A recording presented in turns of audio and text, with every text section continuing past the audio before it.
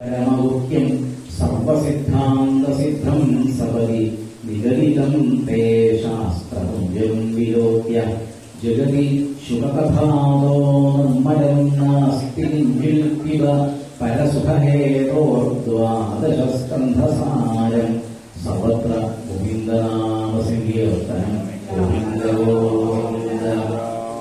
പത്മപുരാണത്തിലാണ് ഈ ഭാഗവതത്തിന്റെ മഹാത്മ്യം 6 അധ്യായങ്ങളിലായിട്ട് ഇതിനെ വിസ്തരിച്ച് പറയണം. അതിൽ അവസാന ഭാഗത്ത് 6ാമത്തെ അധ്യായത്തിൽ പറയുന്നു, ഇതിജ പരമഗുഹ്യം സർവസിദ്ധാന്തസിദ്ധം സപദി നിഗദിതന്തേ ശാസ്ത്രപുഞ്ജം വിലോക്യ ജഗതി ശുഭകഥാദോ നിർമ്മലം നാസ്തി കിഞ്ചിൽ പിബ പരസുഖഹേതോ ദ്വാദശസ്കന്ധസാരം. ഇതിജ പരമഗുഹ്യം.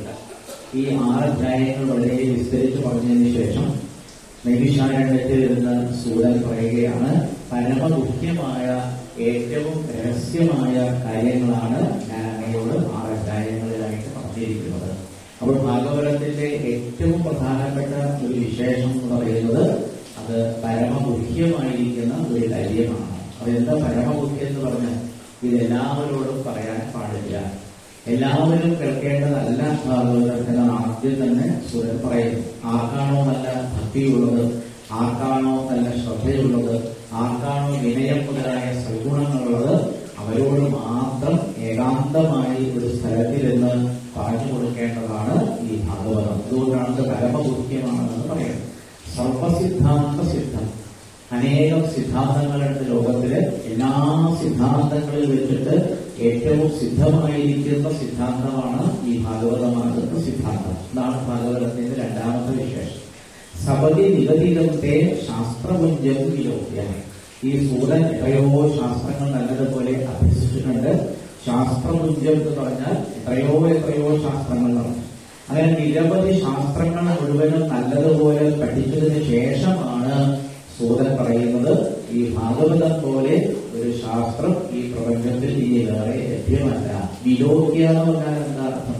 നല്ലതുപോലെ ഗുരുവിന്റെ അടുത്ത് നിന്ന് പഠിച്ചതിന് ശേഷമാണ്, സകല ശാസ്ത്രങ്ങളും പഠിച്ചതിന് ശേഷമാണ് ഈ സൂതൻ നൈമിഷാരണ്യത്തിൽ നിന്ന് ഇങ്ങനെ ഒരു അഭിപ്രായം പറയുന്നത്. എല്ലാ ശാസ്ത്രങ്ങളിലും വെച്ച് ഏറ്റവും ഗംഭീരമായ ശാസ്ത്രമാണ് ഈ ഭാഗവതം. ജഗതി ശുഖകഥാദോ നിർമ്മലം നാസ്തി കിഞ്ചിത്. ജഗതി എന്ന വാക്കിന് ലോകത്തിൽ എന്നാണ് അർത്ഥം. ലോകത്തിൽ എന്ന് പറഞ്ഞാൽ ഒരു ലോകമല്ല, 14 ലോകങ്ങളുണ്ടെന്നാണ് പുരാണങ്ങൾ പറയുന്നത്. ഈ 14 ലോകങ്ങൾ മുഴുവനും നമുക്ക് പോയി അന്വേഷിക്കാം. അപ്പൊ സൂതൻ പറയുന്നു, ഈ 14 ലോകങ്ങളിലും അന്വേഷിച്ചാൽ ശുഖകഥാതഃ നിർമ്മലം ന അസ്തി കിഞ്ചിത്. ശുഖകഥയേക്കാൾ നിർമ്മലമായി ഒരു കഥയും ഈ 14 ലോകങ്ങളിലും എവിടെയും ലഭ്യമല്ല. അതുകൊണ്ട് പിബ കുടിക്കുവിന്ന് പറയാം. അപ്പൊ ഭാഗവതം കുടിക്കുകയാണ് ചെയ്യേണ്ടത്. പരസുഖഹേതോഹോ. എന്തിനു വേണ്ടി കുടിക്കണം? പരമാനന്ദം ജീവിതത്തിൽ ലഭിക്കണം എന്നൊരു മനുഷ്യൻ വിചാരിക്കുന്നുണ്ടെങ്കിൽ ആ മനുഷ്യൻ പിബ ഈ ഭാഗവതത്തെ കുടിക്കുകയാണ് ചെയ്യേണ്ടത്. ദ്വാദശസ്കന്ധസാരം. ദ്വാദശസ്കന്ധസാരം എന്ന് പറഞ്ഞാൽ എന്താ? 12 സ്കന്ധങ്ങളിലായിട്ടാണ് ഈ ഭാഗവതം എഴുതപ്പെട്ടിരിക്കുന്നത്. ആ 12 സ്കന്ധങ്ങളും ഈ ഭാഗവതത്തിന്റെ സാരമാണ്. അത് കുടിക്കണം എന്നാണ് പറയുന്നത്. കുടിക്കുക എന്ന് പറഞ്ഞാൽ എന്താ അർത്ഥം? കുടിക്കുക എന്ന് പറഞ്ഞാൽ ആരെങ്കിലുമൊക്കെ ഭാഗവതം നല്ലതുപോലെ ഗുരുമുഖത്തിൽ നിന്ന് പഠിച്ച ആൾക്കാരുണ്ടാവും. അങ്ങനെ പഠിച്ചവരുടെ മുന്നിൽ ചെന്നിരിക്കുക. നല്ല ശ്രോതാക്കളെ കാണുമ്പോൾ അവരെ എന്ത് ചെയ്യും? അവർ ഭാഗവതം വിസ്തരിച്ച് പറയും.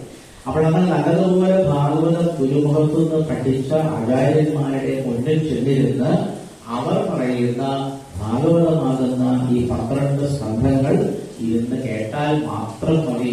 ഈ ചെവി കൊണ്ട് കേൾക്കുന്നതിലാണ് ഇവിടെ എന്ന് പറഞ്ഞിരിക്കുന്നത്, പിബ എന്ന് പറഞ്ഞിരിക്കുന്നത്. കുടിക്കുവിൻ എന്ന് പറഞ്ഞാൽ നമ്മൾ സാധാരണ കുടിക്കുന്നത് പോലെ തന്നെ ഈ വായ കൊണ്ട് കുടിക്കില്ല.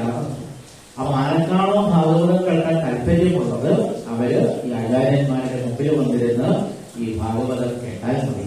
ഇനി 6 അധ്യായങ്ങളിലുള്ള കഥകൾ നമുക്ക് ആദ്യം വളരെ ചുരുക്കി കേൾക്കാം. ഭാഗവതത്തിന്റെ പൊതുവെ സ്വഭാവം അങ്ങനെയാണ്. ആദ്യം കഥ ചുരുക്കി പറയും, പിന്നീട് അതേ കഥ തന്നെ വിസ്തരിച്ച് പറയും. ചുരുക്കി പറഞ്ഞാൽ നമുക്ക് വളരെ ചുരുങ്ങിയ സമയം കൊണ്ട് കഥ എന്താണെന്ന് മനസ്സിലാക്കും. അപ്പൊ ആദ്യം നമുക്ക് ഒരു 5 മിനിറ്റ് കൊണ്ട് ഈ 6 അധ്യായങ്ങളിൽ പറഞ്ഞിരിക്കുന്ന കഥ എന്താണെന്ന് വളരെ ചുരുക്കി പറയാം. പണ്ട് ബദരി എന്ന് പറയുന്ന ഒരാശ്രമം, ഭാരതത്തിന്റെ വടക്കേ ഭാഗത്താണ് ഈ ബദരി എന്ന് പറയുന്ന ആശ്രമം. ഹിമാലയത്തിൽ കേൾക്കാത്തവരാരും ഉണ്ടാവില്ല. ആ ഹിമാലയത്തിന്റെ ആ ഭാഗത്താണ് ബദരിയാശ്രമം. ആ ബദരിയാശ്രമത്തിൽ ഒരിക്കൽ സത്സംഗത്തിൽ പങ്കെടുക്കാൻ വേണ്ടി സരകാദി യോഗീശ്വരന്മാര് 4 പേരും, അവർ ബ്രഹ്മാവിന്റെ പുത്രന്മാരാണ്. അവരുടെ പ്രായം ഏകദേശം ഒരു 5-6 വയസ്സ് മാത്രമാണ്. അവര് സത്സംഗത്തിന് വന്ന സമയത്ത് സനകൻ, സനന്ദൻ, സനാതനൻ, സനൽകുമാരൻ, ഇവരാണ് സനകാദികൾ എന്ന് പറയുന്ന 4 കൊച്ചു കുട്ടികളാണ്. വാസ്തവത്തിലൊരു കൊച്ചു കുട്ടികളല്ല, എപ്പോഴോ കാലം മുമ്പ് ജനിച്ചവരാണ്.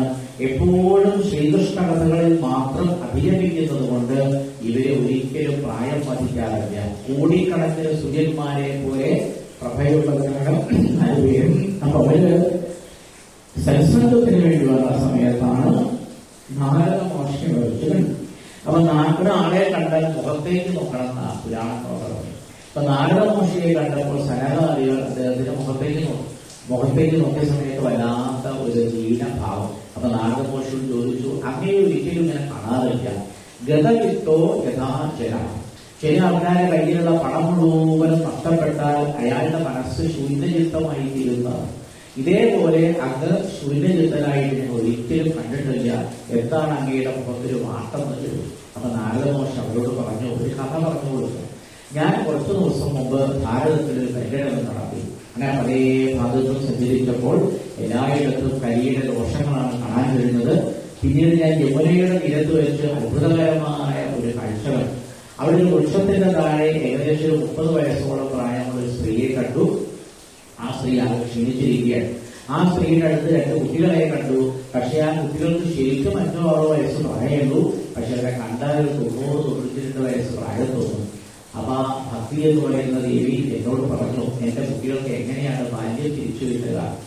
എന്തെങ്കിലും ഒരു മാർഗം ചോദിച്ച സമയത്ത് നാരദ മഹർഷി അവിടെ വെച്ച് വേദങ്ങളൊക്കെ ചൊല്ലി, വേദാന്തങ്ങളൊക്കെ ചൊല്ലി, ഭഗവത്ഗീത പാടി നോക്കി. എന്തെല്ലാം ചെയ്തിട്ടും ഈ 2 കുട്ടികൾക്ക് ബാല്യം തിരിച്ചു കിട്ടിയില്ല എന്ന് മാത്രമല്ല, ആ 2 കുട്ടികളും ഉറങ്ങുകയായിരുന്നു. ആ ഉറങ്ങുന്ന കുട്ടികളെ ഉറക്കത്തിൽ നിന്ന് എഴുന്നേൽപ്പിക്കാൻ പോലും എനിക്ക് കഴിഞ്ഞിട്ടില്ല. അങ്ങനെ ഭക്തിയോട് ഞാൻ പറഞ്ഞു, നിങ്ങളോട് ഇരിക്കൂ, ഞാൻ അന്വേഷിക്കട്ടെ എന്ന് പറഞ്ഞ് ഞാൻ പല ആൾക്കാരോട് ചോദിച്ചു. പക്ഷെ എന്നെ കണ്ടപ്പോൾ ആൾക്കാരും ഓടിപ്പോയി എന്നല്ലാതെ എനിക്ക് ആരും ഉത്തരം തന്നില്ല. അപ്പോഴാണ് ഞാൻ ആകാശത്തിൽ നിന്നൊരു ശബ്ദം കേട്ടു, അങ്ങ് ഒരു സൽക്കർമ്മം ചെയ്താൽ മതി, ആ സൽക്കർമ്മം എന്താണെന്ന് സജ്ജനങ്ങൾ അങ്ങയോട് പറഞ്ഞു തരും. അപ്പോൾ എനിക്ക് അവ്യക്തമായിട്ട് കാര്യങ്ങൾ മനസ്സിലായിരുന്നു. കാരണം സൽക്കർമ്മം ചെയ്യണമെന്ന് പറഞ്ഞു, അത് സജ്ജനങ്ങൾ പറഞ്ഞു തരണമെന്ന് പറഞ്ഞു. അതെന്താണെന്ന് അറിയാതെ ഞാനിങ്ങനെ സഞ്ചരിക്കുമ്പോഴാണ് ഇവിടെ വെച്ച് നിങ്ങൾ 4 പേരെ കാണാൻ എനിക്ക് ഭാഗ്യം സിദ്ധിച്ചത്. ഇങ്ങനെ നാരദ മഹർഷിയുടെ കഥ കേട്ട സമയത്ത് സനകാദികൾ ചിരിച്ചുകൊണ്ട് പറഞ്ഞു, അന്ന് പറഞ്ഞ കഥയൊക്കെ നിങ്ങൾ കേട്ടു. ഈ സൽക്കർമ്മം എന്ന് പറഞ്ഞാൽ അത് ഭാഗവത സപ്താഹമാണ്. അത് നടത്തിക്കഴിഞ്ഞാൽ ആ ഭക്തിക്കും ജ്ഞാനത്തിനും വൈരാഗ്യത്തിനും പുഷ്ടിയുണ്ടാകും. അങ്ങനെ സനകാദികൾ പറഞ്ഞതനുസരിച്ചാണ് അതിഗംഭീരമായി ഗംഗാനദിയുടെ തീരത്ത് വെച്ച് ഒരു ഭാഗവത സപ്താഹം നടത്താൻ തീരുമാനം. അങ്ങനെ ഗംഗാനദിയുടെ ആ തീരത്തിന് ആനന്ദം എന്നാണ് പേര്. അങ്ങനെ അവിടെ വെച്ചിട്ട് ആചാര്യന്മാര് 4 പേരായിരുന്നു, സനകൻ, സനന്ദൻ, സനാതനൻ, സനൽകുമാരൻ. ഈ 4 ആചാര്യന്മാര് ഭാഗവതം പറയുന്നുണ്ടെന്ന് കേട്ടപ്പോൾ ലോകത്തിന്റെ പല ഭാഗത്തു നിന്നും എത്രയോ ആൾക്കാര് അവിടേക്ക് നടന്നു വന്നു എന്നല്ല പറഞ്ഞത്, ഓടി വന്നു എന്നാണ് പറഞ്ഞത്. ഭാഗവതം കേൾക്കാൻ വരുമ്പോൾ ഓടി വരണം എന്നാണ് പറഞ്ഞത്. എത്രയോ പേര് വന്നു. ഇപ്പൊ നമ്മളോട് വന്നിരിക്കുക, നമ്മളോട് മഹാത്മ്യം തുടങ്ങിയിരിക്കുക. ഇതേപോലെ അവിടെ സനകാദികൾ ഭാഗവതം തുടങ്ങിയപ്പോൾ എത്രയോ പേര് ഭാഗവതം കേൾക്കാൻ വേണ്ടി അവിടെ ചേർന്നു. എന്നാൽ സനകാദികൾ ഒരാൾ പറയും, അത് കഴിഞ്ഞാൽ 2ാമത്തെ ആൾ പറയും, അത് കഴിഞ്ഞാൽ 3ാമത്തെ ആളും, അത് 4ാമത്തെ ആൾ പറയും. ഒരു 4 പേരും വരെ തുടർച്ചയായിട്ട് പറയുകയാണ് ചെയ്യും. അപ്പൊ ആ 4 കുട്ടികളും ഈ ഭാഗവത മഹാത്മ്യം പറയാൻ തുടങ്ങിയ സമയത്ത് ഒരു അത്ഭുതം ഉണ്ടായി എന്ന് പറയാം. കുറെ ദൂരെ ഉണ്ടായിരുന്ന ഭക്തി എന്ന് പറയുന്ന ദേവിയും ആ ദേവിയുടെ 2 കുട്ടികളും പെട്ടെന്നാണ് ആ സരസ്സിലേക്ക് നടന്നു വന്നത്. അവർ 3 പേരും കൂടി നടന്ന സരസ്സിന്റെ മുന്നിലെത്തിയ സമയത്ത് നാരദ മഹർഷിക്ക് 3 പേരെയും നല്ലതുപോലെ മനസ്സിലായി. അപ്പൊ നാരദ മഹർഷി എല്ലാവർക്കും പരിചയപ്പെടുത്തി കൊടുത്തു. ഞാൻ കുറെ ദിവസം മുമ്പ് ഗംഗാനദിയുടെ തീരത്ത് വെച്ച് കണ്ട ഭക്തി എന്ന് പറയുന്ന ഈ ദേവിയാണ് ഇപ്പോൾ വന്നിരിക്കുന്നത്. ഈ ദേവിയുടെ 2 കുട്ടികൾക്കും ഏകദേശം 90-95 വയസ്സ് പ്രായമുണ്ടായിരുന്നു. പക്ഷെ ഭാഗവതത്തിന്റെ മഹാത്മ്യം കേട്ടപ്പോൾ ആ 2 പേരുടെയും വാർദ്ധക്യം നഷ്ടപ്പെട്ടു. ഈ കൊച്ചു കുട്ടികളെ കണ്ടോളൂ, ഇവരെ കണ്ടാൽ ഒരു 5-6 വയസ്സ് മാത്രമേ പ്രായമുള്ളൂ. അവിടെ കൂടിയ മുഴുവൻ ആൾക്കാർക്ക് അത്ഭുതപ്പെടും. കാരണം ഭാഗവതത്തിന്റെ മഹാത്മ്യം പറഞ്ഞപ്പോഴേക്കും ജ്ഞാനം എന്ന ആ വൃദ്ധന് ബാല്യം തിരിച്ചു കിട്ടി. അതുപോലെ വൈരാഗ്യം എന്ന ആ വൃദ്ധനും നഷ്ടപ്പെട്ടുപോയ ബാല്യം തിരിച്ചു കിട്ടി. ഭക്തി എന്ന ആ ദേവിക്ക് തന്നെ നഷ്ടപ്പെട്ടുപോയ ദൃഷ്ടിയും സൗന്ദര്യവും തിരിച്ചു കിട്ടി. അപ്പൊ അവിടെ ഇരിക്കാൻ ഇരിപ്പിടങ്ങളൊന്നുമില്ലേ. അപ്പൊ നാരദമഹർഷി പറഞ്ഞു, നിങ്ങളൊരു കാര്യം ചെയ്യൂ, നിങ്ങൾ 3 പേരും അനേകം സ്വരൂപങ്ങളെടുത്ത് ഇവിടെ കൂടിയിരിക്കുന്ന മുഴുവൻ ഭക്തന്മാരുടെയും മനസ്സിലിരുന്നോളാം. അങ്ങനെ ആ ഭക്തിക്കും ജ്ഞാനത്തിനും വൈരാഗ്യത്തിനും അനേകം സ്വരൂപങ്ങൾ എടുക്കാൻ കഴിഞ്ഞു. അവിടെ കൂടിയിരിക്കുന്ന മുഴുവൻ ആൾക്കാരുടെയും ഹൃദയത്തിലാണ് ഭക്തിയും ജ്ഞാനവും വൈരാഗ്യവും വന്നിരിക്കുന്നത്. ഇതിനു ശേഷമാണ് ഈ സനകാദികൾ വീണ്ടും ഭാഗവതത്തിന്റെ മഹാത്മ്യം അനേകം ശ്ലോകങ്ങളിൽ വിസ്തരിച്ച് പറയുക. ആ ഭാഗവത മഹാത്മ്യം പറയുന്ന സമയത്ത് അദ്ദേഹം അവിടെ വെച്ച് പറഞ്ഞ കഥയാണ് ആത്മദേവന്റെ കഥ.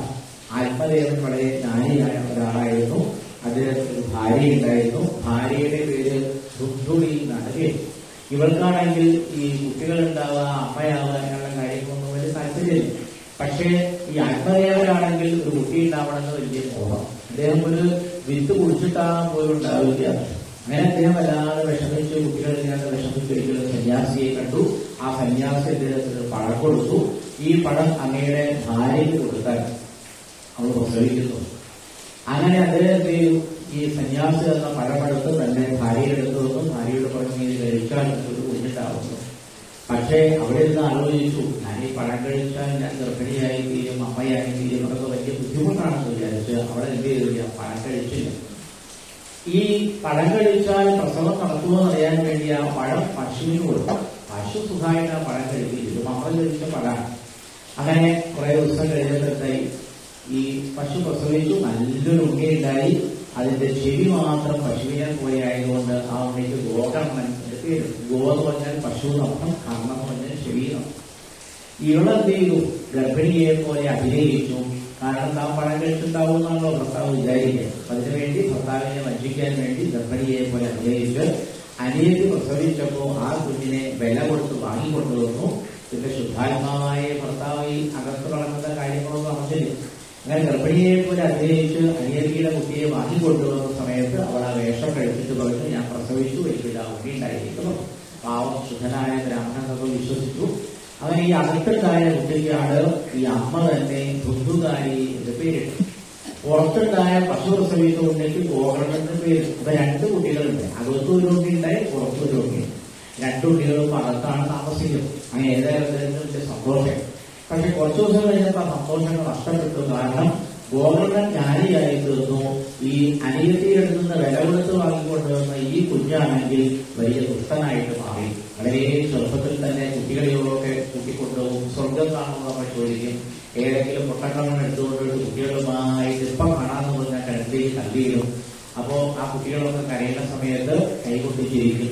അക്കാലത്തൊക്കെ ഈ വീടൊക്കെ ഓടുമേഞ്ഞ വീടല്ല, ഓലമേഞ്ഞ വീടുകളാണ്. അപ്പൊ വൈകുന്നേരം ആയിക്കഴിഞ്ഞാൽ ഓലമേഞ്ഞ വീടുകളോ കത്തിക്കുമ്പോൾ അതിലുള്ള ആൾക്കാരോ ഒക്കെ വിഷമിച്ച് പുറത്തേക്ക് പോകുമ്പോൾ ഈ ബന്ധുകാരെ കൈകൊട്ടിച്ചിരിക്കും. ഇങ്ങനെ ഈ പുരാണത്തിൽ കുറേ ഓർമ്മിക്കുന്നുണ്ട്. ഇങ്ങനെ പലതരത്തിലുള്ള ദുഷ്ടകർമ്മങ്ങൾ ചെയ്തുകൊണ്ട് ഈ ബന്ധുകാരി വലുതാവാൻ തുടങ്ങിയപ്പോ അച്ഛന് വലിയ സന്തോഷം. അപ്പൊ ഗോകർണൻ അച്ഛനോട് പറഞ്ഞു, അച്ഛനെ വിഷമിക്കുന്നതും വേണ്ട, ലോകത്തിൽ അച്ഛന്റെ ജീവിതം മാത്രമല്ല, ലോകത്തിൽ മിക്കവാറും എല്ലാ മനുഷ്യരുടെയും ജീവിതം ദുഃഖപൂർണ്ണമാണ്. ദുഃഖം തീരാൻ ആകെ ഒരു മാർഗം മാത്രമേ ഉള്ളൂ, അത് ഭാഗവതം വായിക്കുകയാണ്. ഭാഗവതം വാക്ക് കൊടുത്തു ഗോകർണൻ അച്ഛനെ കൊടുത്തു. ഇത് അച്ഛൻ കാട്ടിൽ പോയിരുന്നു വായിച്ചു. അങ്ങനെയാണ് ആ ബുദ്ധകാരിയെ കൊണ്ടുള്ള ശല്യം സഹിക്കാതെ ഭാഗവത ഗ്രന്ഥവും എടുത്ത് ഈ ആത്മദേവൻ നേരെ കാട്ടിൽ പോയി. കാട്ടിൽ ഏകാന്തമായ സ്ഥലത്തിരുന്ന് ദശമസ്കന്ധമാണത്ര അദ്ദേഹം പാരായണം ചെയ്തു. അത് പാരായണം ചെയ്തതോടുകൂടി അദ്ദേഹത്തിന്റെ എല്ലാ ദുഃഖങ്ങളും തീർന്നുവെന്നാണ് കഥ. പിന്നീട് ഗോകർണൻ എന്ത് ചെയ്തു, തീർത്ഥങ്ങളെ കാണാൻ വേണ്ടി പല സ്ഥലത്തും ഭാരതത്തിൽ സഞ്ചരിച്ചു. ഈ വീട്ടില് ഋതുകാരി മാത്രമേ. അപ്പൊ ഋതുകാരി വിചാരിച്ച് ഏതായാലും അച്ഛന്റെ പണമൊക്കെ അച്ഛൻ ആരെയും കൊടുത്തിട്ടുണ്ടാവും, അമ്മയുടെ കയ്യിൽ കൊടുത്തിട്ടുണ്ട്. അങ്ങനെ കയ്യിൽ വടിയൊക്കെ എടുത്ത് ഈ ഋതുകാരി അമ്മയോട് ചോദിച്ചു, നിന്റെ ഭർത്താവ്, അച്ഛനൊന്നും പറഞ്ഞില്ല, നിന്റെ ഭർത്താവ് നിൽക്കുന്ന പണമൊക്കെ കൊടുത്തു തരണം. അപ്പൊ അങ്ങനെ അല്ലെങ്കിൽ എന്റെ കയ്യിലുള്ള വടി കൊണ്ട് തന്നെ തല്ലിക്കൊടുത്തെന്ന് പറഞ്ഞ് വലിയ വ്യക്തിത്വം. ഏകദേശം ഭാഗവതം വായിച്ചാൽ പുരാണം വായിച്ചാൽ 8 ഘട്ടമാണല്ലോ. ആ 8 കെട്ടിന്റെ ഏകദേശം നമ്മുടെ ഈ കൊട്ടാരന്മാരെ ചിത്രം ഇത് കണ്ടാൽ നമുക്ക് ഇവിടെ നടുവിട്ടാണ് അപ്പുറത്ത് വേറെ നടുവിട്ട് തന്നെയാണ് 8 കെട്ടുണ്ടാകും. ഈ 8 കെട്ടിന്റെ ഉള്ളിൽ മുഴുവനും കയ്യിൽ വടിയപ്പെടുത്ത ഈ ദുഃഖകാരി അമ്മയെ ഓടിച്ചു. അവസാനം ആ അമ്മ കിണറ്റിൽ ചാടി മരിച്ചു. അത് കഴിഞ്ഞപ്പോൾ ഈ ദുഃഖകാരി എന്ത് ചെയ്തു? ഒരുപാട് ദുഷ്ടസ്ത്രീകളൊക്കെ വീട്ടിൽ കൊണ്ടുവന്നു. അവർക്ക് മദ്യപാനം ചെയ്യാൻ തുടങ്ങി, വേണ്ടാത്ത കർമ്മങ്ങളൊക്കെ ചെയ്യാൻ തുടങ്ങി. ഒരിക്കൽ രാജാവിന്റെ കൊട്ടാരത്തിൽ നിന്നിട്ട് ഒരുപാട് മോഷണം നടത്തി കിട്ടിയ ധനം മുഴുവൻ ഇവിടെ കൊണ്ടുവന്ന് നല്ലതുപോലെ മദ്യപിച്ചിട്ടുണ്ടായി. അപ്പൊ ഈ സ്ത്രീകളൊക്കെ വിചാരിച്ചു ഇയാളേതായാലും രാജാവിന്റെ ഭണ്ഡാരമാണ് മോഷ്ടിച്ചത്, രാജകിങ്കന്മാര് നമ്മളെ പിടിക്കും, ഇയാളെ പിടിക്കും, നമ്മളെ പിടിക്കും. അപ്പോൾ നമ്മളൊരു കാര്യം ചെയ്യാൻ ഇവന്റെ കഥ കഴിച്ച് ഈ സാധനങ്ങളുമായിട്ട് രക്ഷപ്പെടാന്ന് പറഞ്ഞ് കട്ടിലിന്റെ മുകളിൽ ഈ 5 സ്ത്രീകളെ കൂടി ചേർത്ത് ദുഃഖകാരിയെ വളർത്തിക്കിടത്തി അവരെ കയറിട്ട് വലിച്ച് അതിക്രൂരമായ രീതിയിലാണ് ആ ദുഃഖകാരിയെ ആഘോഷിച്ച് രാത്രി കൊല്ലുന്നത്. വെള്ളം കുടിക്കാൻ വേണ്ടി വായ തുറന്നപ്പോ 70 സ്ത്രീ പോയിട്ട് കുറെ കണല് കൊണ്ടുവന്ന് ഇയാളുടെ വായയിലേക്കിട്ട് അങ്ങനെ വളരെ വളരെ നമ്മൾ ദുർഭരണം എന്നൊക്കെ പറയാം. ഇങ്ങനെയുള്ള ദുർഭരണമാണ് ഈ ദുഃഖകാരിക്ക് കിട്ടിയത്. ഈ 5 സ്ത്രീകളും കൂടി ആ രാജഭണ്ഡാരം മോഷ്ടിച്ച് കൊണ്ടുവന്ന പണം മുഴുവനെടുത്ത് അന്യദേശത്തെ ഒഴിവ് പോയിട്ട് രക്ഷപ്പെടുത്തി. ഇങ്ങനെ ദുർമരണപ്പെട്ടാൽ ആ ജീവൻ ഒരു മഹാപ്രേതമായി തീരും എന്നാണ് ഈ പുരാണത്തിൽ പറയുന്നത്. മഹാപ്രേതത്തിന് എങ്ങനെയാ കാറ്റിന്റെ രൂപത്തിലാണ് സഞ്ചരിക്കുക, സംസാരിക്കാൻ പറ്റില്ല, ശരീരത്തിൽ ലക്ഷക്കണക്കിന് സൂചികൾ കുത്തിത്തറച്ചാലുള്ള വേദന അനുഭവിക്കേണ്ടി വരും, സഹിക്കാൻ പറ്റാത്ത ദാഹമുണ്ടാവും, സഹിക്കാൻ പറ്റാത്ത വിശപ്പുണ്ടാവും. അങ്ങനെ വേദന സഹിച്ചിട്ടാണ് നടക്കുകയായിരുന്നു ഈ പ്രേതം. അങ്ങനെ ഒരിക്കൽ ഗോകർണം തീർത്ഥാടനമൊക്കെ കഴിഞ്ഞ നാട്ടിൽ തിരിച്ചു വന്നപ്പോ ആ പഴയ ഇല്ലൊക്കെ നാട് പിടിച്ച് കിടക്കുകയാണ്. ഏതായാലും താൻ ജനിച്ച തന്റെ ബാല്യം ചെലവഴിച്ച ഇല്ലത്തിൽ രാത്രി 12 മണിക്ക് ഇരിക്കുന്ന സമയത്താണ് പെട്ടെന്ന് ഈ പ്രേതത്തിനെ ഞാൻ ഇഷ്ടമുള്ള രൂപം ധരിക്കാൻ പറ്റും. ആദ്യം ഒരു ആനയായിട്ട് വന്നു, പിന്നെ ഒരു പന്നിയായിട്ട് വന്നു, പല പല രൂപത്തിൽ വന്നു. അപ്പോ ഗോകർണം ചോദിച്ചു ചെയ്യാനാണ്. അപ്പൊ ആ പ്രേതം പറഞ്ഞിങ്ങനെ ആംഗ്യ ഭാഷയിൽ പറഞ്ഞ് എനിക്ക് മിണ്ടാൻ വയ്യാതെ ഗോകർണന്റെ കയ്യിൽ തീർത്ഥമുണ്ട്. ആ തീർത്ഥമെടുത്ത് കളിച്ചപ്പോ ആ പ്രേതം സംസാരിക്കാൻ തുടങ്ങി. ആ മഹാപ്രേതം പറഞ്ഞു, ഞാൻ അങ്ങയുടെ സഹോദരനായ ദുഃഖകാരിയാണ്. തന്റെ കഥ മുഴുവനും ദുഃഖകാരി ഗോകർണന് പറഞ്ഞു കൊടുക്കും. അങ്ങയുടെ സഹോദരനാണ്, അതുകൊണ്ട് എനിക്കിങ്ങനെ നടക്കാൻ വയ്യ, എനിക്ക് വേദന സഹിക്കാൻ പറ്റുന്നില്ല, എനിക്ക് ഗതി കിട്ടാൻ എന്തെങ്കിലും ഒരു മാർഗം പറഞ്ഞിരുന്നു ആവശ്യപ്പെട്ടപ്പോ ഗോകർണൻ പറഞ്ഞു, നീ മരിച്ച കഴിയുമ്പോൾ ഞാൻ അറിഞ്ഞു, നിനക്ക് വേണ്ടി ഞാൻ ഗയാശ്രാദ്ധം ചെയ്തിട്ടുണ്ട്. അപ്പൊ ആ പ്രേതം പറഞ്ഞു, 100 ഗയാശ്രാദ്ധം ചെയ്താൽ പോലും എനിക്ക് മോക്ഷം കിട്ടുകയില്ല, അത്രയേറെ പാപിയാണ് ഞാൻ എന്താ ചെയ്യാൻ ചോദിച്ചു. ഗോകർണൻ പറഞ്ഞു, എനിക്ക് ഉത്തരമൊന്നും പറയാൻ അറിയില്ല, ഏതായാലും രാത്രി സമയമാണ്, നേരം വിളിച്ചായിട്ട് ഞാൻ ആരോടെങ്കിലും ചോദിച്ച് ഉത്തരം പറഞ്ഞു തരാം.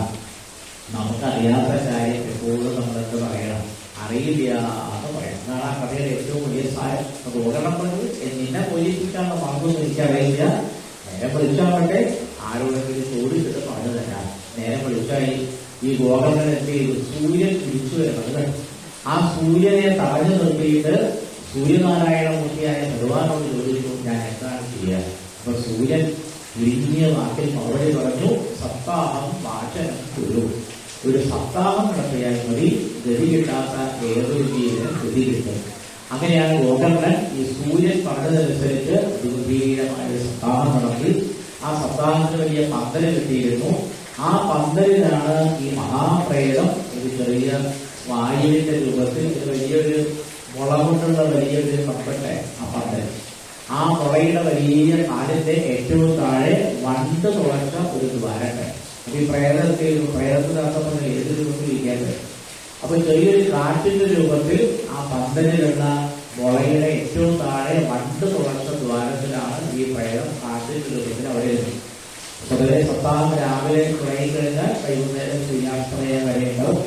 1ാമത്തെ ദിവസം വൈകുന്നേരമായപ്പോൾ ആ മുളയുടെ 1ാമത്തെ കമ്പ് പൊട്ടി.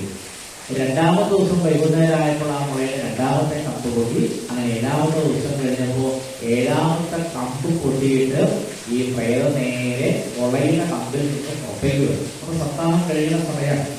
ആ സപ്താഹം കഴിയുന്ന സമയത്ത് എല്ലാവർക്കും വിസ്മയം ഉണ്ടായി പറയും. ഭാഗവതവും പുരാണങ്ങളും ഒക്കെ പറയും, ജീവിതമാവണമെങ്കിൽ ജീവിതത്തിൽ എല്ലാ നിമിഷവും വിസ്മയങ്ങൾ ഉണ്ടായിക്കൊണ്ടിരിക്കണമെന്നാണ്. ശ്രീകൃഷ്ണന്റെ കഥയൊക്കെ പറയുന്ന സമയത്ത് പറയും, ഭഗവാൻ എല്ലാവരെയും വിസ്മയിപ്പിച്ച ഒരു ഈശ്വരനായിരുന്നു. കൃഷ്ണലീലകൾ എവിടെ നോക്കിയാലും വിസ്മയമില്ലാതെ നമുക്ക് കാണാൻ പറ്റും. അപ്പോൾ ജീവിതം രസകരമാവണമെങ്കിൽ വിസ്മയങ്ങൾ ഉള്ളതായിരിക്കണം ജീവിതം. ഇപ്പൊ സപ്താഹം കഴിഞ്ഞപ്പോണ്ടായ വിസ്മയങ്ങൾ, പന്തലിന്റെ ഒരു മുളയുടെ കപ്പിൽ നിന്ന് ഭഗവാനെ പോലെ ഒരാൾ പുറത്തേക്ക് വന്നു. എല്ലാവരും ഇങ്ങനെ വിസ്മയത്തോടെ നോക്കി ആരാണ് മനസ്സിലായി. അപ്പൊ ചിലർ പറഞ്ഞു ഭഗവാൻ പ്രത്യക്ഷപ്പെട്ടതാണ്. അപ്പൊ അദ്ദേഹം പറഞ്ഞ ഭഗവാനൊന്നുമല്ല, ഞാൻ ഹിന്ദുകാരി എന്ന് പറയുന്ന മഹാപ്രേതമായിരുന്നു. 7 ദിവസം ഭാഗവതം ശ്രദ്ധയോടെ കേട്ടതുകൊണ്ട് എനിക്ക് മോക്ഷം കിട്ടി. ഇത് പറഞ്ഞുകൊണ്ടിരിക്കുമ്പോൾ പെട്ടെന്ന് വൈകുണ്ഠത്തിൽ നിന്ന് വിമാനം വന്നു. ആ വിമാനത്തിലേക്ക് ദേവദൂതന്മാര് ഈ ഹിന്ദുകാരിയെ തിരിച്ച് കയറ്റാൻ പുറപ്പെട്ടു. അപ്പൊ ദേവദൂതന്മാരോട് അവിടെ വെച്ച് ഗോകർണൻ ഒരു സംശയം കൊടുത്തു. അതാണ് നമ്മൾ ശരിക്കും മനസ്സിലാക്കേണ്ടത്. ഇവിടെ എല്ലാവരും ഭാഗവതം കേട്ടു, പക്ഷേ ഒരാളെ മാത്രം എന്തുകൊണ്ടാണ് ഈ വൈകുണ്ഠ ലോകത്തിലേക്ക് കൊണ്ടുപോകുന്നത്? അപ്പൊ ദേവദൂതന്മാര് മറുപടി പറഞ്ഞു, ഇവിടെ ധാരാളം പേര് ഭാഗവതം കേൾക്കാൻ വന്നു, പക്ഷേ എല്ലാവരും ശ്രദ്ധയോടെ ഭക്തിയോടെ കേട്ടിട്ടില്ല. ഈ മഹാപ്രേതം മാത്രമാണ് വളരെ ശ്രദ്ധയോടെ വളരെ ഭക്തിയോടെ കേട്ടത്. അതുകൊണ്ടാണ് അദ്ദേഹത്തിന് മാത്രം മോക്ഷം കിട്ടിയത് എന്ന് പറഞ്ഞ് കൊണ്ടുപോയി. അപ്പൊ ഗോകർണൻ ബാക്കിയുള്ള ശ്രോതാക്കളോടൊക്കെ പറഞ്ഞു, ദേവദൂതന്മാര് പറഞ്ഞു നിങ്ങൾ കേട്ടിട്ടുള്ളത്. അപ്പൊ നമുക്കൊന്നും വേണ്ടതുപോലെ ശ്രദ്ധയില്ലാത്തത് കൊണ്ടാണ് നമുക്ക് ഭഗവാന്റെ വൈകുണ്ഠലോകം ലഭിക്കാതിരുന്നത്. അപ്പൊ എന്താ ചെയ്യാറ്? അപ്പൊ എല്ലാ ശ്രോതാക്കളും കൊണ്ട് അങ്ങനെയാണെങ്കിൽ നമുക്ക് ഒരു സപ്താഹം പോയി നടത്താം. അടുത്ത സപ്താഹത്തിൽ നിങ്ങളെല്ലാവരും അതീവ ശ്രദ്ധയോടെ ഇരിക്കാവും. അങ്ങനെ ഗോകർണൻ 2ാമതൊരു സപ്താഹം നടത്തി.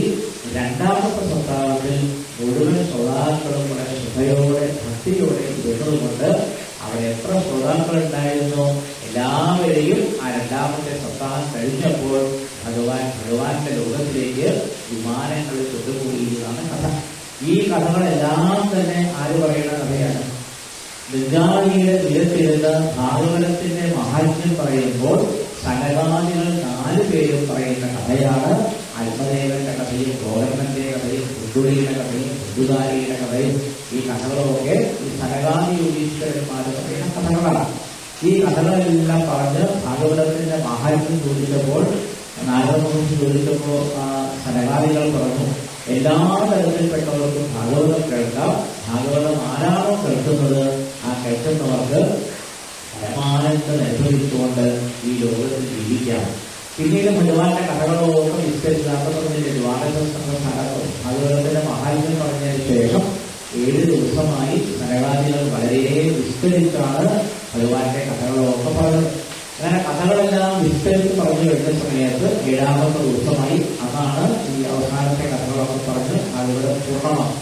അങ്ങനെ ആ ഭാഗവതം പൂർണ്ണമാക്കുന്ന സമയം, അതായത് സനകാദികൾ നടത്തിയ സപ്താഹത്തില് ഭാഗവതം പൂർണ്ണമാക്കിയ സമയത്താണ് എല്ലാവരും അത്ഭുതത്തോടെ മറ്റൊരു വിസ്മയം കണ്ടത്. അതുകൊണ്ട് അവരെ ഭാഗവതം പൂർണ്ണമാക്കി ഇതെല്ലാവരും എഴുന്നേൽക്കുകയും ആ സമയത്ത് പെട്ടെന്ന് വ്യാസാത്മയോ ജ്ഞാനമഹാഭിചന്ദ്രമ കഥാവകാനേന്ദ്രരാഭപൂർണ്ണ പ്രേമാപഠൻ ഭാഗവതം ശനൈഹി. എല്ലാവരും നോക്കി നിൽക്കെ നാരദമഹർഷി പറഞ്ഞു, ഞാൻ വളരെ ധന്യനായി തീർന്നു, എനിക്ക് വിചാരിച്ച കാര്യങ്ങളൊക്കെ സാധിച്ചു. കാരണം ഭക്തിദേവിക്ക് തന്നെ പുഷ്ടിയുണ്ടായി. ഭക്തിയുടെ പുത്രന്മാരാണ് ജ്ഞാനവൈരാഗ്യങ്ങൾ എന്ന് പറയും. ആ ജ്ഞാനവൈരാഗ്യങ്ങൾക്ക് അവരുടെ വാർദ്ധക്യം നഷ്ടപ്പെട്ടു, അവർക്ക് ബാല്യം തിരിച്ചു കിട്ടി. ശ്രവണം സർവധർമ്മേഭ്യോ പരന്മന്യേ നവോധന. ആ സപ്താഹത്തിന്റെ അവസാനത്തിൽ നാരദമഹർഷി സനകാദി യോഗീശ്വരന്മാരോട് പറഞ്ഞു, എല്ലാ ധർമ്മങ്ങളിലും വെച്ച് ഏറ്റവും പ്രധാനപ്പെട്ടത് ശ്രവണമാണ് എന്നെനിക്ക് ബോധ്യപ്പെട്ടു. പറയുന്നത് നാരദമഹർഷിയാണ്. അത് വളരെ ശ്രദ്ധിച്ച് മനസ്സിലാക്കേണ്ട കാര്യം ഇതാണ്. സർവധർമ്മേഭ്യ പരന്മന്യേ. ലോകത്തിൽ അനേകം ധർമ്മങ്ങളെപ്പറ്റി ധർമ്മശാസ്ത്രങ്ങളിലൊക്കെ പറയുന്നുണ്ട്. അതിലേറ്റവും പ്രധാനപ്പെട്ട ധർമ്മം ശ്രവണമാണ് എന്ന് എനിക്ക് ബോധ്യപ്പെട്ടു എന്നാണ് പറയുന്നത്. നാരദമഹർഷി പറയുന്നുണ്ട്. പിന്നെ പറഞ്ഞു, വൈകുണ്ഠസ്ഥോ യഥകൃഷ്ണ ശ്രവണാത് യസ്യ ഗച്ഛതി. പലരും ഒരു ചോദ്യം ചോദിക്കാം, എന്നോട് ഒരുപാട് പേര് ചോദ്യം ചോദിക്കാറുണ്ട്. ചോദ്യം ഇതാണ്, ശ്രീകൃഷ്ണ ഭഗവാനെ അനുഭവിക്കുവാൻ എന്തെങ്കിലും മാർഗമുണ്ടോ എന്ന് ചോദിക്കാം. അപ്പൊ നാരദമഹർഷിയാണ് ഈ സപ്താഹം കഴിഞ്ഞ സമയത്ത് അദ്ദേഹം പറഞ്ഞു, വൈകുണ്ഠസ്ഥോ യഥഃ കൃഷ്ണ. സ്വതവേ ശ്രീകൃഷ്ണ ഭഗവാൻ എവിടെയാണ് താമസിക്കുന്നത്? വൈകുണ്ഠസ്ഥനാണ്. ഭഗവാൻ എപ്പോഴും വൈകുണ്ഠത്തിലാണ് താമസിക്കുന്നത്. പക്ഷേ ആ വൈകുണ്ഠത്തിലിരിക്കുന്ന കൃഷ്ണനെ ഭൂമിയിൽ താമസിക്കുന്നവർക്ക് എന്ത് ചെയ്തിട്ടില്ല. കാരണം ഭൂമിയിൽ നിന്ന് വൈകുണ്ഠത്തിലേക്ക് എത്രയോ എത്രയോ എത്രയോ എത്രയോ കോടിക്കണക്കിന് കിലോമീറ്ററുകൾ യാത്ര ചെയ്താലേ എവിടെ എത്താൻ പറ്റുള്ളൂ. ഈ ഭൂമിയിൽ നിന്ന് വൈകുണ്ഠത്തിൽ എത്താൻ പറ്റും. അപ്പൊ വൈകുണ്ഠത്തിലിരിക്കുന്ന കൃഷ്ണനെ സാധാരണ ഭൂമിയിലുള്ളവർക്ക് അങ്ങനെ കിട്ടുകയില്ല, ഒരുപാട് ദൂരങ്ങളാണ്.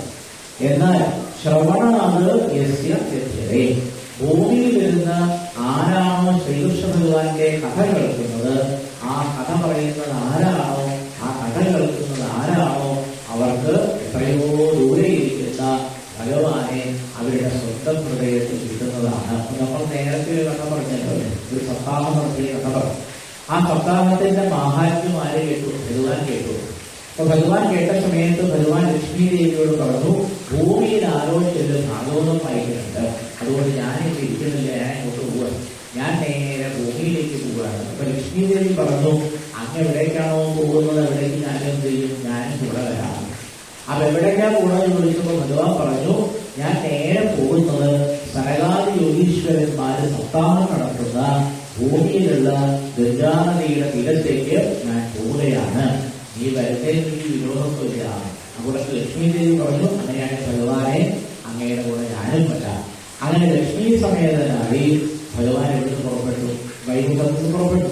പിന്നെ ഭഗവാന് യാത്ര ചെയ്യാൻ എന്തിന്റെ ആവശ്യമില്ല. ഈ പത്മപുരാണത്തിൽ പറയുന്നത് വാഹനങ്ങളൊന്നും വേണ്ട. നേരത്തെ ഞാൻ പറഞ്ഞത് ഭൂമിയിൽ നിന്നും വൈകുണ്ഠത്തിലേക്ക് എത്രയോ എത്രയോ എത്രയോ എത്രയോ ലക്ഷക്കണക്കിന് കിലോമീറ്ററുകൾ സഞ്ചരിച്ചാലേ എവിടെ എത്തുള്ളൂ, വൈകുണ്ഠത്തിലെത്തുള്ളൂ. പക്ഷെ ഭഗവാന് ആ വൈകുണ്ഠത്തിൽ നിന്ന് ഭൂമിയിലേക്ക് വരാൻ വാഹനങ്ങളൊന്നും ആവശ്യമില്ല. ഭഗവാൻ സങ്കല്പിച്ചപ്പോഴേക്കും ഭഗവാൻ എവിടെ എത്തി? നേരെ ഭൂമിയിലുള്ള ഭൂമിശരിക്ക് വല്ലൊരു കടിതുമണി പോലെ വലിപ്പ ഭൂമിയിലുള്ള ഭാഗവതം പറയും. പ്രപഞ്ചത്തിന്റെ മുഴുവൻ അതിഗംഭീരമായ ഒരു ചിത്രം നമുക്ക് എവിടെ കാണാം? ഭാഗവതത്തിൽ കാണാം. അവ പ്രപഞ്ചത്തിന്റെ ഒന്നായിട്ട് ചിത്രമെടുക്കാൻ ഇന്നത്തെ കാലത്ത് നമുക്ക് സംവിധാനങ്ങളൊന്നുമില്ല. പക്ഷെ ഭാഗവതത്തിൽ നോക്കിയാൽ ഈ പ്രപഞ്ചത്തിന്റെ അതിമനോഹരമായ ഒരു ചിത്രം കാണാം. ആ ചിത്രം നല്ല ഭംഗിയുള്ള ചിത്രം.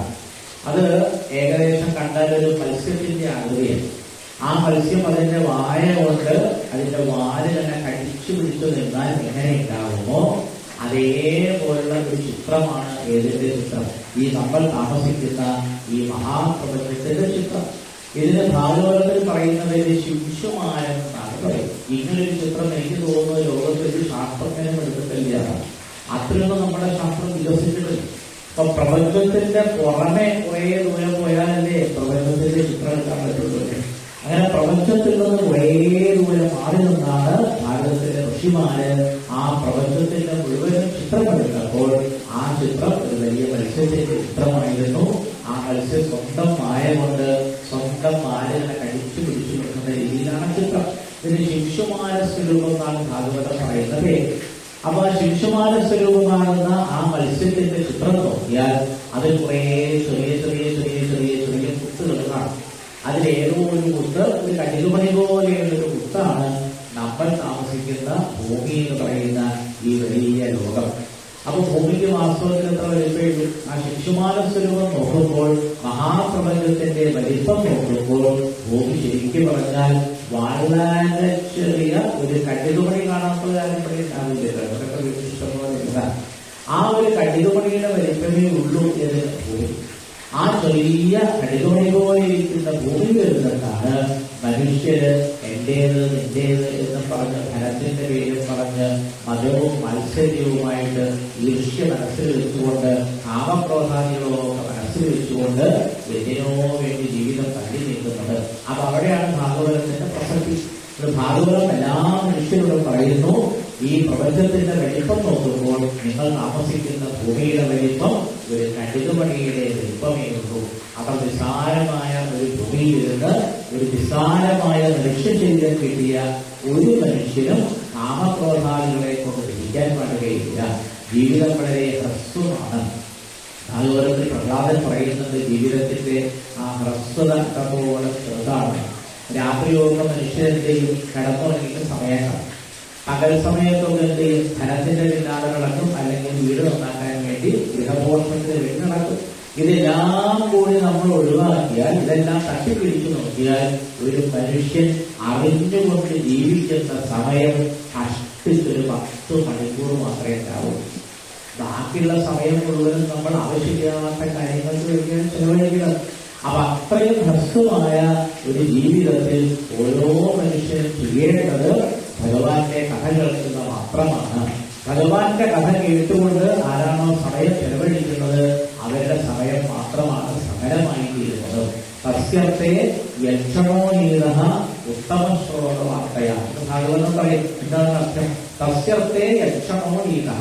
ഭഗവാന്റെ കഥ കേൾക്കുകയല്ലാതെ മറ്റെന്തെങ്കിലും ചെയ്തുകൊണ്ട് ഒരു മനുഷ്യൻ ജീവിക്കുകയാണെങ്കിൽ ആ മനുഷ്യന്റെ ആ ജീവിതം മുഴുവനും തസ്യത്തെ യക്ഷണോ നീതഃ വെറുതെ ആയി പോകുന്നു. നേരെ മറിച്ച് ഒരാൾക്ക് മനസ്സിലായി ജീവിതത്തിൽ അകപ്പാട് ചെയ്യാനുള്ളത് ഭാഗവതം പറയുകയും ഭാഗവതം കേൾക്കുകയും ഭഗവാന്റെ കീർത്തനങ്ങൾ ആരംഭിക്കുകയും മാത്രമാണ് എന്ന് തിരിച്ചറിയുന്ന ഒരു മനുഷ്യൻ എന്ത് ചെയ്യും? മറ്റുള്ള എല്ലാ കാര്യങ്ങളും മാറ്റിവെച്ച് സദാസേവ്യ ശ്രീമദ് ഭാഗവതി കഥ, അങ്ങനെയുള്ളവരുടെ കഥയാണ് ഭാഗവതത്തിൽ പറഞ്ഞിരിക്കുന്നത്. നാരദ മഹർഷി അങ്ങനെ ഒരു മഹാത്മാവാണ് അർത്ഥം. നാരദ മഹർഷിക്ക് 24 മണിക്കൂറും ശ്രീകൃഷ്ണ ഭഗവാനെ പറ്റിയൊരു ചിന്തയല്ലാതെ വേറെ യാതൊരു ചിന്തയുമില്ല. ആരെ പോലെ? അമ്പാടിയിലെ ഗോപികമാരെ പോലെ. അമ്പാടിയിലെ ഗോപികമാരും ലോകത്തിൽ ജീവിച്ചവരാണ്. അവർക്ക് 24 മണിക്കൂറും ഒരു ചിന്ത മാത്രമേ ഉണ്ടായിരുന്നുള്ളൂ, ശ്രീകൃഷ്ണപാദ ചിന്ത മാത്രം. അത് ഭാഗവതത്തിൽ ദശമസ്കന്ധത്തിലൊക്കെ വർണ്ണിക്കുന്നത്. അപ്പൊ നമുക്കിങ്ങനെ കേൾക്കുമ്പോൾ അത്ഭുതം തോന്നും. നാരദ മഹർഷി 24 മണിക്കൂറും ഭഗവാനെ മാത്രം ചിന്തിച്ചു, ഗോപസ്ത്രീകൾ 24 മണിക്കൂറും ഭഗവാനെ മാത്രം ചിന്തിച്ചുകൊണ്ട് ജീവിച്ചു എന്ന് പറയുമ്പോൾ നമുക്കിങ്ങനെ അത്ഭുതം തോന്നും. കാരണം നമ്മൾ ജീവിക്കുന്നത് 2025 വല്ലതല്ല. വേറെ ജോലികളൊക്കെ ചെയ്യാനില്ലേ? പക്ഷെ ഉണ്ട്.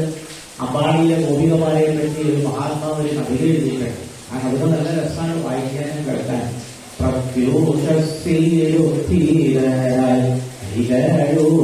ഭദ്രദീപം അത്തിച്ചോടൻ കട്ടത്തയിൽ കടഞ്ഞിടുമ്പോൾ ആമോദമോടമ്പാടിയിൽ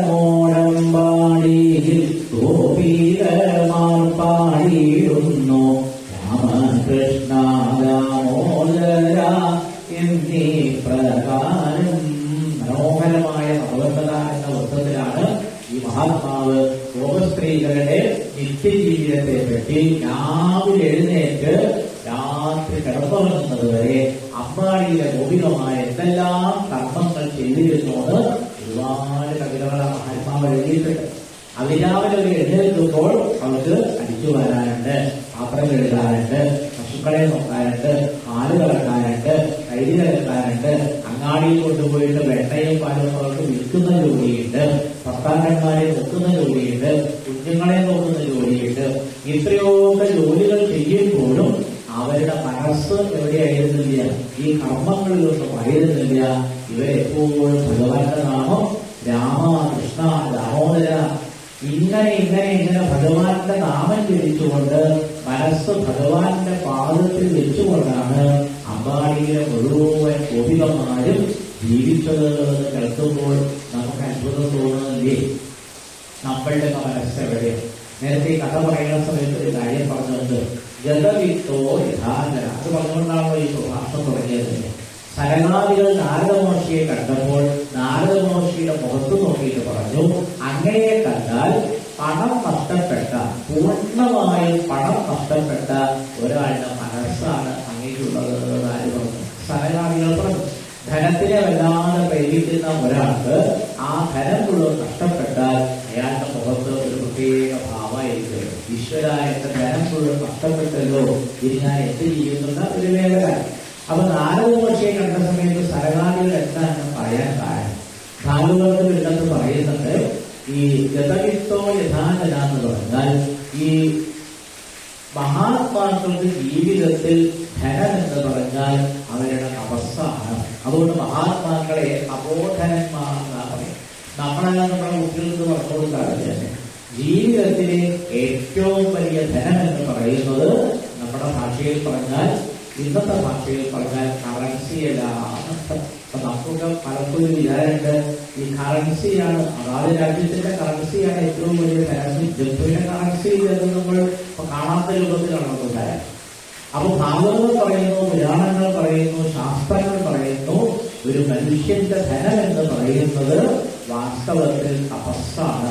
അതുകൊണ്ടാണ് ഭാഗവതം പോലെ ഗംഭീരമായ മറ്റൊരു കൃതിയാണ് രാമനാമത്തിന്റെ മഹത്വം പറയുന്ന വാൽമീകി രാമായണം.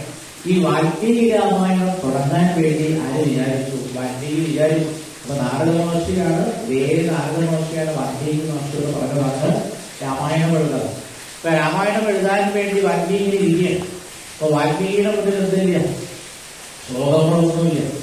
ആദ്യമായിട്ട് ശ്രീരാമന്റെ കഥ പറയണമെങ്കിൽ കഴിഞ്ഞ ആദ്യമായിട്ട് ഒരു ശ്ലോകം എഴുതണം. വാൽമീകി അധികം ആലോചിച്ചില്ല. വാൽമീകി ഒന്നാമത്തെ ശ്ലോകം വാൽമീകി രാമായണത്തിൽ എഴുതി. വാൽമീകി രാമായണത്തിലെ ഒന്നാമത്തെ ശ്ലോകത്തിലെ ഒന്നാമത്തെ പദം ആരംഭിക്കുന്നത് തന്നെ തപഃ എന്ന് പറയുന്ന ഒരു പദം കൊണ്ടാണ്. വാൽമീകി രാമായണത്തിൽ ഒന്നാമത്തെ പദം എന്താണെന്ന് ചോദിച്ചാൽ അതിനാകെ ഒരു ഉത്തരമേ ഉള്ളൂ, തപഃ എന്നാണ്. എന്തുകൊണ്ടാണ് വാൽമീകി, ഇപ്പൊ നമ്മളാണ് രാമായണം ഉള്ളത് അല്ലേ? നമ്മൾ ഈ രാമനെ പറ്റിയോ സീതയെ പറ്റിയോ എന്തെങ്കിലുമൊക്കെ പറഞ്ഞു തുടങ്ങാം എന്ന് വിചാരിക്കും.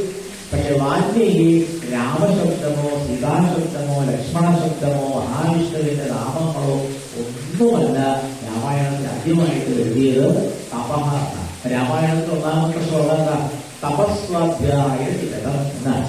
അതെന്തേ വാൽമീകി തപഃ എന്ന് പറഞ്ഞുകൊണ്ട് രാമായണം തുടങ്ങാൻ കാരണം ജീവിതം മുഴുവനും തപസ് ചെയ്ത് ജീവിക്കുന്നവരെയാണ് തപോധരന്മാർ എന്ന് പറയുക. തന്റെ ജീവിതം വാൽമീകി നല്ലതുപോലെ അറിയാം. ഇപ്പൊ നമ്മൾ നേരത്തെ ഇവിടെ ഭാഗവതത്തിലെ തപോപുരാണത്തിൽ നമ്മൾ നേരത്തെ ദുസ്തുകാരിയുടെ കഥകൾ ചെയ്യാൻ പാടില്ലാത്ത ഒരുപാട് പാപങ്ങൾ ചെയ്തുകൊണ്ട് ജീവിച്ചായിരുന്നു ദുസ്തുകാരി. ഇത്രയേറെ പാപം ചെയ്ത ഒരാളെ സംസ്കൃതത്തില് അധവാൻ എന്നാണ് പറയുന്നത്. അധം എന്ന് പറഞ്ഞാൽ പാപമാണ്. എല്ലാവരെയും അധവാൻ എന്ന് പറയാൻ പറ്റില്ല. ഒരാളെ അധവാൻ എന്ന് പറയണമെങ്കിൽ അയാൾ രണ്ട് ഉറുപ്പിനെ കൊന്നു, അല്ലെങ്കിൽ ഒരാൾക്ക് തഴുത്തി, ഒരാൾക്ക് വഴക്ക് പറഞ്ഞു, ഇതൊക്കെ പാപമാണ്. പക്ഷെ അത്തരത്തിലുള്ള ചെറിയ ചെറിയ പാപം ചെയ്യുന്നവരെന്ന് നമ്മളെന്ന് പറയുന്ന സംസ്കൃതത്തിൽ അധവാൻ എന്ന് പറയും. ഒരാളെ സംസ്കൃതത്തിൽ അധവാൻ എന്ന് പറയണമെങ്കിൽ ഹിമാലയം പോലെ ഇങ്ങനെ പാപങ്ങൾ ചെയ്ത് കൂട്ടിയ ഒരാളെ മാത്രമേ സംസ്കൃതത്തിൽ എന്ന് പറയുള്ളൂ അധവാൻ എന്ന് പറയും. അപ്പൊ ദുദ്ധുകാരിയുടെ കഥ നമ്മൾ നേരത്തെ കേട്ടു. ആ ദുദ്ധുകാരി വാസ്തവത്തിൽ അധവാൻ ആയിരുന്നു. അദ്ദേഹത്തിന്റെ കഥ വളരെ വിസ്തരിച്ച് പറഞ്ഞിട്ടുണ്ട് ഈ ശുദ്ധപുരാണം. എത്രയോ എത്രയോ എത്രയോ പാപങ്ങൾ ചെയ്ത് കുന്നോളം പാപങ്ങൾ കൂട്ടിയ ആ ദുദ്ധുകാരിക്ക് പോലും 7 ദിവസം ആ മുളയുടെ കമ്പിന്റെ അടിയിലിരുന്ന് ഭാഗവതം കേട്ടപ്പോൾ എല്ലാ പാപങ്ങളും തീർന്ന് പരിശുദ്ധി നേടാൻ സാധിച്ചുവെങ്കിൽ നമ്മളൊന്നും അത്രയ്ക്കും പാപം ചെയ്തിട്ടുണ്ടാവില്ല. കുറച്ച് പാപങ്ങളൊക്കെ ചെയ്തിട്ടുണ്ടാവും. അപ്പൊ എത്ര വലിയ പാപം ചെയ്തവനും ആ പാപങ്ങളൊക്കെ തീരാനുള്ള ഏറ്റവും നല്ല മാർഗം ഈ ഭാഗവത ശ്രവണമാണ് എന്ന് ഭാഗവതത്തിൽ ഉറപ്പിച്ച് പറയണം. ഇതെന്താ ഈ ഭാഗവതം എന്ന് പറയാൻ കാരണം, അതിന് ജീവന്റെ ഗതി എന്താണ് എന്ന് ഒരു സനകാദികൾ പറയുന്നു. അപ്പൊ ഓരോരോ മനുഷ്യന്റെയും ഉള്ളിലുള്ള ജീവൻ മരണസമയത്ത് എന്ത് ചെയ്യും? ശരീരം വിട്ടുപോകും. മരണസമയത്ത് ശരീരം വിട്ടുപോയാൽ പിന്നീട് ആ ജീവൻ എങ്ങനെയാണ് സഞ്ചരിക്കുന്നത്, എവിടെയാണ് സഞ്ചരിക്കുന്നത് എന്നൊക്കെ ഭാഗവതത്തിൽ വളരെ വിസ്തരിച്ച് മഴ പെയ്യുന്ന സമയമാണല്ലോ. അപ്പൊ ജീവൻ നേരെ മേഘങ്ങളിലേക്കാണ് പോകുന്നത്. മേഘമയം അത് മേഘങ്ങളിലേക്ക് പോയി കഴിഞ്ഞാൽ പിന്നെ എത്രയോ എത്രയോ ജീവന്മാർ ആ മേഘങ്ങളിൽ താമസിക്കും. പിന്നീട് മഴ പെയ്യുന്ന സമയത്താണ് ഈ മഴ പെയ്യുന്ന സമയത്ത് ഇങ്ങനെ മഴ പെയ്യുമ്പോൾ ജീവന്മാരൊക്കെ എവിടേക്ക് വരും?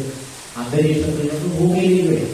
അതാണ് ഈ മഴക്കാലത്ത് ധാരാളം ജീവജാലങ്ങൾ ഇഷ്ടംപോലെ തവളകൾ ഉണ്ടാകുന്നത്. വേദങ്ങളൊക്കെ തുടങ്ങുന്നതിന് തവളകളെ പറ്റി പറഞ്ഞുകൊണ്ടാണ്.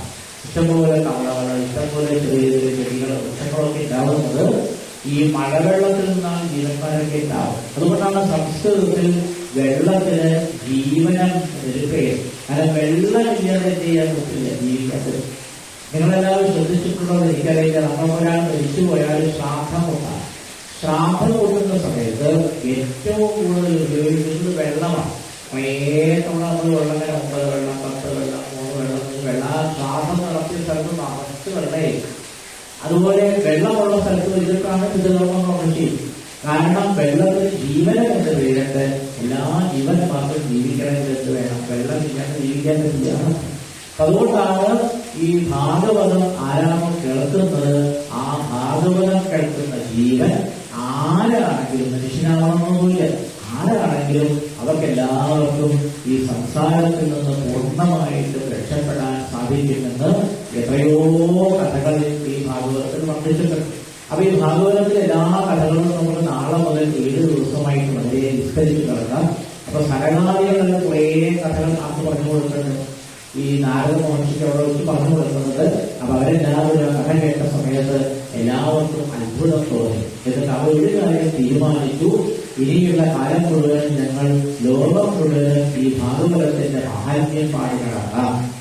നാരദ മഹർഷി വിചാരിച്ചു, എനിക്ക് ഏതായാലും കുറേ ദിവസമായിട്ട് സനകാദികളിൽ നിന്ന് ഭാഗവതം കേൾക്കാൻ പറ്റി, അതുകൊണ്ട് ഞാൻ ധന്യനായി തീർന്നു എന്നാല് പറഞ്ഞു. നാരദ മഹർഷി പറഞ്ഞു, ധന്യോസ്മി അനുഗ്രഹീതോസ്മി ഭവദ്ഭിഹി കരുണാപരൈഹി. കാരുണ്യമുള്ള നിങ്ങൾ കാരണം ഞാൻ ധന്യനായി തീർന്നു, അനുഗ്രഹീതനായി തീർന്നു. അദ്യമേ ഭഗവാൻ ലബ്ധഃ സർവപാപഹരോധി. എല്ലാ പാപങ്ങളെയും നശിപ്പിക്കാൻ കഴിയുന്നത് കൊണ്ടാണ് ഈ ഗുരുവായൂരപ്പന് ഹരി ഒരു പേര്. ഭഗവാൻ എങ്ങനെ പാപങ്ങൾ തീർക്കണം? ആരാണോ നാമം ജപിക്കുന്നത്, ആ നാമം ജപിക്കുന്നവരുടെ എല്ലാ പാപങ്ങളും ഭഗവാൻ തീർക്കുന്നു. ഈ ഭാഗവതത്തിന്റെ ആദ്യത്തിലും ഭാഗവതത്തിന്റെ അവസാനത്തിലും പറയും, നാമസങ്കീർത്തനം യസ്യ സർവപാപപ്രണാശനം പ്രണാമോ ദുഃഖശമന കമ്പമാതി നൈഷ്ഠയം. എന്നാൽ ഭാഗവതത്തിന്റെ അവസാനത്തെ ശ്ലോകം, ഏതേത് പാപങ്ങൾ ചെയ്യുന്നവരാണെങ്കിലും അവരുടെ എല്ലാ തരത്തിലുള്ള പാപങ്ങളും തീർത്ത് അവർക്ക് ഇനി ഒരിക്കലും സംസാരത്തിലേക്ക് തിരിച്ചു വരാത്ത രീതിയിൽ ഭഗവാന്റെ വൈകുണ്ഠലോകം കിട്ടാനുള്ള ഏറ്റവും നല്ല മാർഗമാണ് ഈ കഥാശ്രവണം എന്നാണ് ഈ പത്മപുരാണത്തിൽ അനേകം ശ്ലോകങ്ങളിൽ പറയുന്നത്. അതുപോലെ തന്നെ ഈ സനകാദികളിൽ ഭാഗവതത്തിന്റെ മഹാത്മ്യം പറയുന്ന സമയത്ത് കുറേ ശ്ലോകങ്ങളിലാണ് ആദ്യം തന്നെ ഭാഗവതത്തിന്റെ മഹാത്മ്യം പറയുന്നത്. ആ മഹാത്മ്യം ഓരോന്നോരോന്നായിട്ട് നമുക്ക് എന്താണ് ശ്രദ്ധിച്ചു കാണാം. ആദ്യമായിട്ട് പലരും ചോദിക്കുന്ന ഒരു ചോദ്യമാണ്, എപ്പോഴാണ് ഭാഗവതം കേൾക്കേണ്ടത്? അതിന്റെ ഉത്തരമാണ് ഈ സനകാദികൾ ആദ്യം തന്നെ പറഞ്ഞത്. നമുക്ക് എല്ലാവർക്കും ഉള്ള സംശയമാണത്, എപ്പോഴാണ് ഭാഗവതം കേൾക്കേണ്ടത്, എപ്പോഴാണ് ഭാഗവതം വായിക്കേണ്ടത്? അപ്പൊ അതിന് സനകാദികൾ പറയുന്ന മറുപടി, സദാസേവ്യ സദാസേവ്യ ശ്രീമദ് ഭാഗവതീ കഥ. ഈ ഭാഗവതീ കഥ, അതായത് ഭഗവാന്റെ കഥയാകുന്ന ഭാഗവതം സദാസേവ്യ. സദാ എന്ന് പറഞ്ഞാൽ അർത്ഥം 24 മണിക്കൂറും ഭാഗവതം വായിക്കാം. 24 മണിക്കൂറിൽ എപ്പോൾ വേണമെങ്കിൽ ഭാഗവത കഥകൾ കേൾക്കാം. ഒരു തവണയല്ല, 2 തവണയാണ് സനകാദികൾ പറഞ്ഞത്. അപ്പൊ ആ സംശയം പലപ്പോഴും ആൾക്കാർക്ക് ഇതാണ്. ഈ ചിലർക്ക് വിചാരിച്ചിട്ടുണ്ട് പകല് മാത്രമേ ഭാഗവതം കേൾക്കാവൂ, പകല് മാത്രമേ ഭാഗവതം വായിക്കാവൂ, ഇത് രാത്രി വായിക്കാൻ പാടില്ല, രാത്രി കേൾക്കാൻ പാടില്ല എന്നൊക്കെ അഭിപ്രായം പറയാറുണ്ട്. അപ്പൊ ആ അഭിപ്രായം ശരിയല്ല. കാരണം സനകാദികൾ പറയുന്നു, സദാസേവ്യ സദാസേവ്യ ശ്രീമദ് ഭാഗവതീ കഥ. 24 മണിക്കൂറും എപ്പോഴും നമുക്ക് ഭഗവാന്റെ കഥയാകുന്ന ഭാഗവതത്തെ സേവിക്കാം. യസ്യാഹ ശ്രവണമാത്രേണ ഹരി ചിത്തം സമാശ്രയേ. ഭാഗവത കഥ കേട്ടാൽ ശ്രവണമാത്രേണ ഹരി ചിത്തം സമാശ്രയേ. ഭാഗവതം കേട്ടാൽ എന്താണ്ടാവുക? ഭഗവാൻ നേരെ ആ കേൾക്കുന്നവരുടെ ഹൃദയത്തിൽ വന്നിരിക്കും.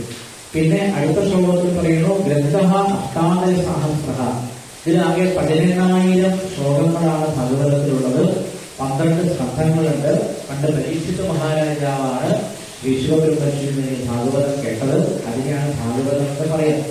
താവത് സംസാരചക്രേസ്മിൻ ഭ്രമത അജ്ഞാനഗാഹുമാൻ യാവൽ കണ്ണഗതാനാസ്തി ശിവശാസ്ത്രകഥാക്ഷണം. എന്താണോ നമ്മൾ ഭാഗവതം കേൾക്കാത്തത്, അന്ന് വരെ അജ്ഞാനം കൊണ്ട് ഈ ജീവികൾ എവിടെ കടന്ന് വട്ടം തിരിയും, ഈ സംസാരത്തിൽ കടന്ന് ഇങ്ങനെ വട്ടം തിരിയും. അത് മനസ്സിലായോ എനിക്കറിയില്ല, നമ്മോട് പറയാം. എന്താണോ ഭാഗവതം കേൾക്കുന്നത്, ആ ഭാഗവതം കേൾക്കുന്നത് വരെ ഓരോ ജീവിയും ഈ സംസാരത്തിൽ കടന്നിങ്ങനെ പുഴുക്കളായിട്ടും കൃതികളായിട്ടും വൃക്ഷങ്ങളായിട്ടും മൃഗങ്ങളായിട്ടും പക്ഷികളായിട്ടും ഇങ്ങനെ സംസാരമാകുന്ന ചക്രത്തിൽ കടന്നിങ്ങനെ വട്ടം തിരിഞ്ഞ് എന്താണോ ഭഗവാന്റെ കൃപയുണ്ടാവുന്നത്, അന്നാണ് അത്രയും ഒരു ജീവന് ഇത് കേൾക്കാൻ കഴിയുക, ഭാഗവതം കേൾക്കാൻ കഴിയും. അങ്ങനെ ഭാഗവതം നേരത്തെ പറഞ്ഞതുപോലെ, ഗോകർണൻ പറഞ്ഞതുപോലെ, ആരാണോ ശ്രദ്ധയോടെ ഭക്തിയോടെ ഒരു തവണ കേൾക്കുന്നത്, അതോടുകൂടി ആ ജീവൻ എന്ത് ചെയ്യുന്നു,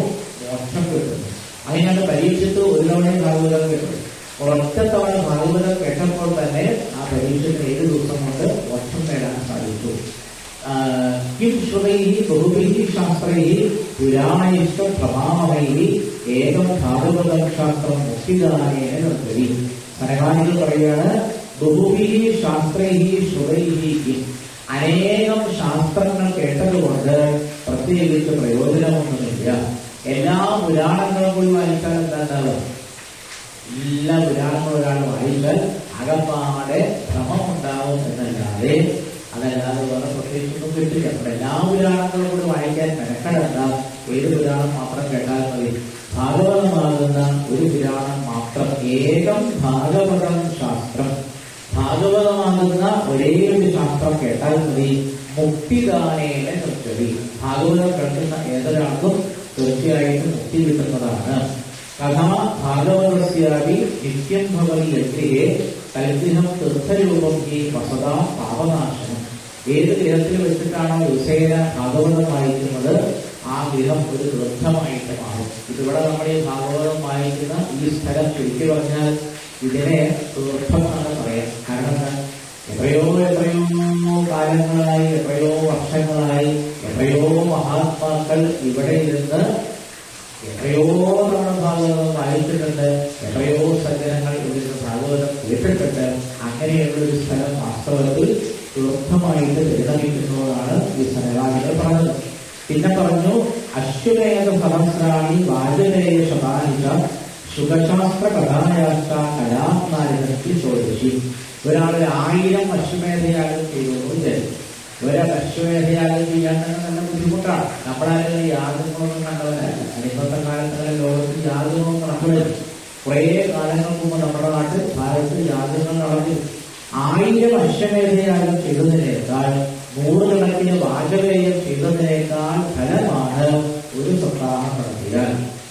സുഖശാസ്ത്ര കഥാനാശ കലാമാരിണത്തി ചോദിച്ചു. ഈ ഭാഗവതത്തിന്റെ 16ൽ ഒരംശം ഫലം പോലും കിട്ടുകയില്ല 1000കണക്കിന് അശ്വമേധയാഗം ചെയ്താൽ.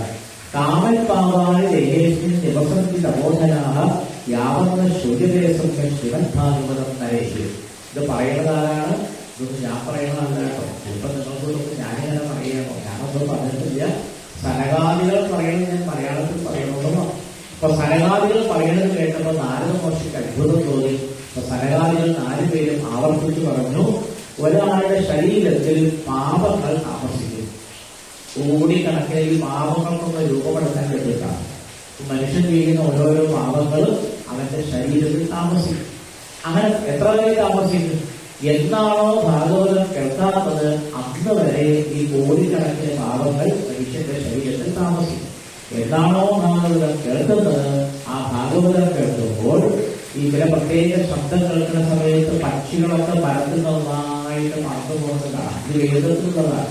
വേദത്തിൽ പറയുന്നത് എങ്ങനെയാണോ പക്ഷികളൊന്നായിട്ട് ഈ മരത്തിൽ നിന്ന് മറന്നു പോകുന്നത്, അതേപോലെ ഭാഗവതമാകുന്ന ശബ്ദം കേൾക്കുമ്പോൾ ആ കേൾക്കുന്ന മനുഷ്യരുടെ ഉള്ളിലുള്ള എല്ലാ പാപങ്ങളും പക്ഷികൾ വൃക്ഷത്തിൽ നിന്ന് മറന്നു പോകുന്നതിലൂടെ ശരീരത്തിൽ നിന്ന് മറന്നു പോകുന്നതാണ്. പിന്നെ പറഞ്ഞു, ഗംഗാകാശി പുഷ്കരം പ്രയാഗം സുഖശാസ്ത്ര കഥായാത്ര കലയേന സമതാൻ നയേ. ഗംഗ നല്ലതാണെന്ന് അങ്ങനെ പറയാം. ഗംഗാനൃത്തത്തേക്കാൾ നല്ലതാണ് ഭാഗവതനൃത്തം. ജയം വളരെ നല്ലതാണെന്ന് പറയുന്നു. അതുകൊണ്ട് നമ്മൾ കഥ പറഞ്ഞ സമയത്ത് ഈ മഹാപ്രേതത്തിനോട് ഗോകർണൻ പറഞ്ഞു, നിനക്ക് മുക്തി കിട്ടാൻ വേണ്ടി ഞാൻ ഗയയിൽ പോയി ശ്രാദ്ധം ചെയ്തിട്ടുണ്ട്. അപ്പൊ മഹാപ്രേതം എന്താ പറയുന്നത്? ഗയയിൽ പോയി 100 കണക്കിന് ശ്രാദ്ധങ്ങൾ ചെയ്താൽ പോലും എനിക്ക് മുക്തി കിട്ടുകയില്ല എന്നായി പറഞ്ഞു. ആ മഹാപ്രേതം പറഞ്ഞു. പക്ഷെ ഒരു തവണ ഭാഗവതം കേട്ടപ്പോൾ ആ കൂട്ടുകാരിക്ക് മോക്ഷം കിട്ടും. അപ്പൊ ഗയയേക്കാൾ നല്ലതാണ് ഭാഗവതം കേൾക്കുന്നത്. കാശിയിൽ പോകുന്നത് നല്ലതാണെന്ന് ആൾക്കാർ പറയും. പക്ഷെ കാശിയിൽ പോകുന്നതിനേക്കാൾ നല്ലതാണ് ഒരിടത്തിലേക്ക് ഭാഗവതം കേൾക്കുന്നത്. പ്രയാഗം, പുഷ്കരം ഇവിടൊക്കെ പോകുന്നതിനേക്കാൾ നല്ലതാണ് ഭാഗവതം കേൾക്കുന്നത്. ഇനി ഭാഗവതത്തിലെ ഒരു ശ്ലോകമോ ഒരു ശ്ലോകത്തിന്റെ പകുതിയോ ഒരു ശ്ലോകത്തിന്റെ 4 ഭാഗമോ ആരാണോ ദിവസേന വായിക്കുന്നത് അവർക്ക് പരമമായ വിധി കിട്ടുന്നത്. അങ്ങനെ ഒരു സമ്പ്രദായമുണ്ട്.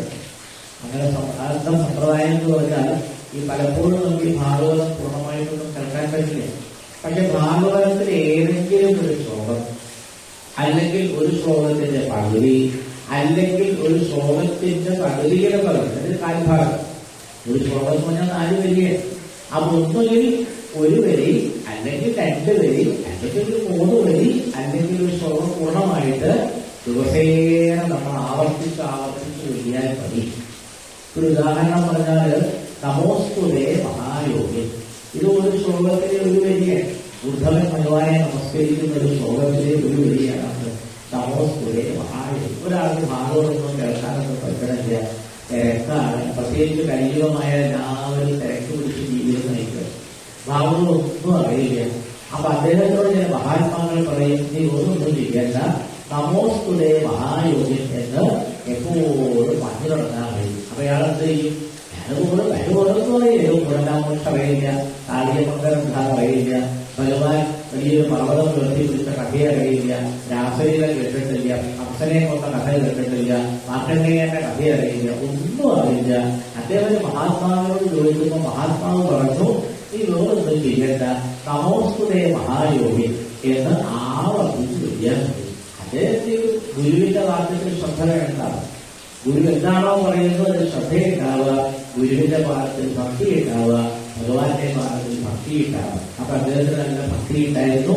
ഭക്തിയോടുകൂടി അദ്ദേഹത്തെ മാത്രം ചെയ്യുന്നു. ഇത് ഒന്നും അറിയില്ല, ശാസ്ത്രമൊന്നും അറിയില്ല, ഒന്നും അറിയില്ല.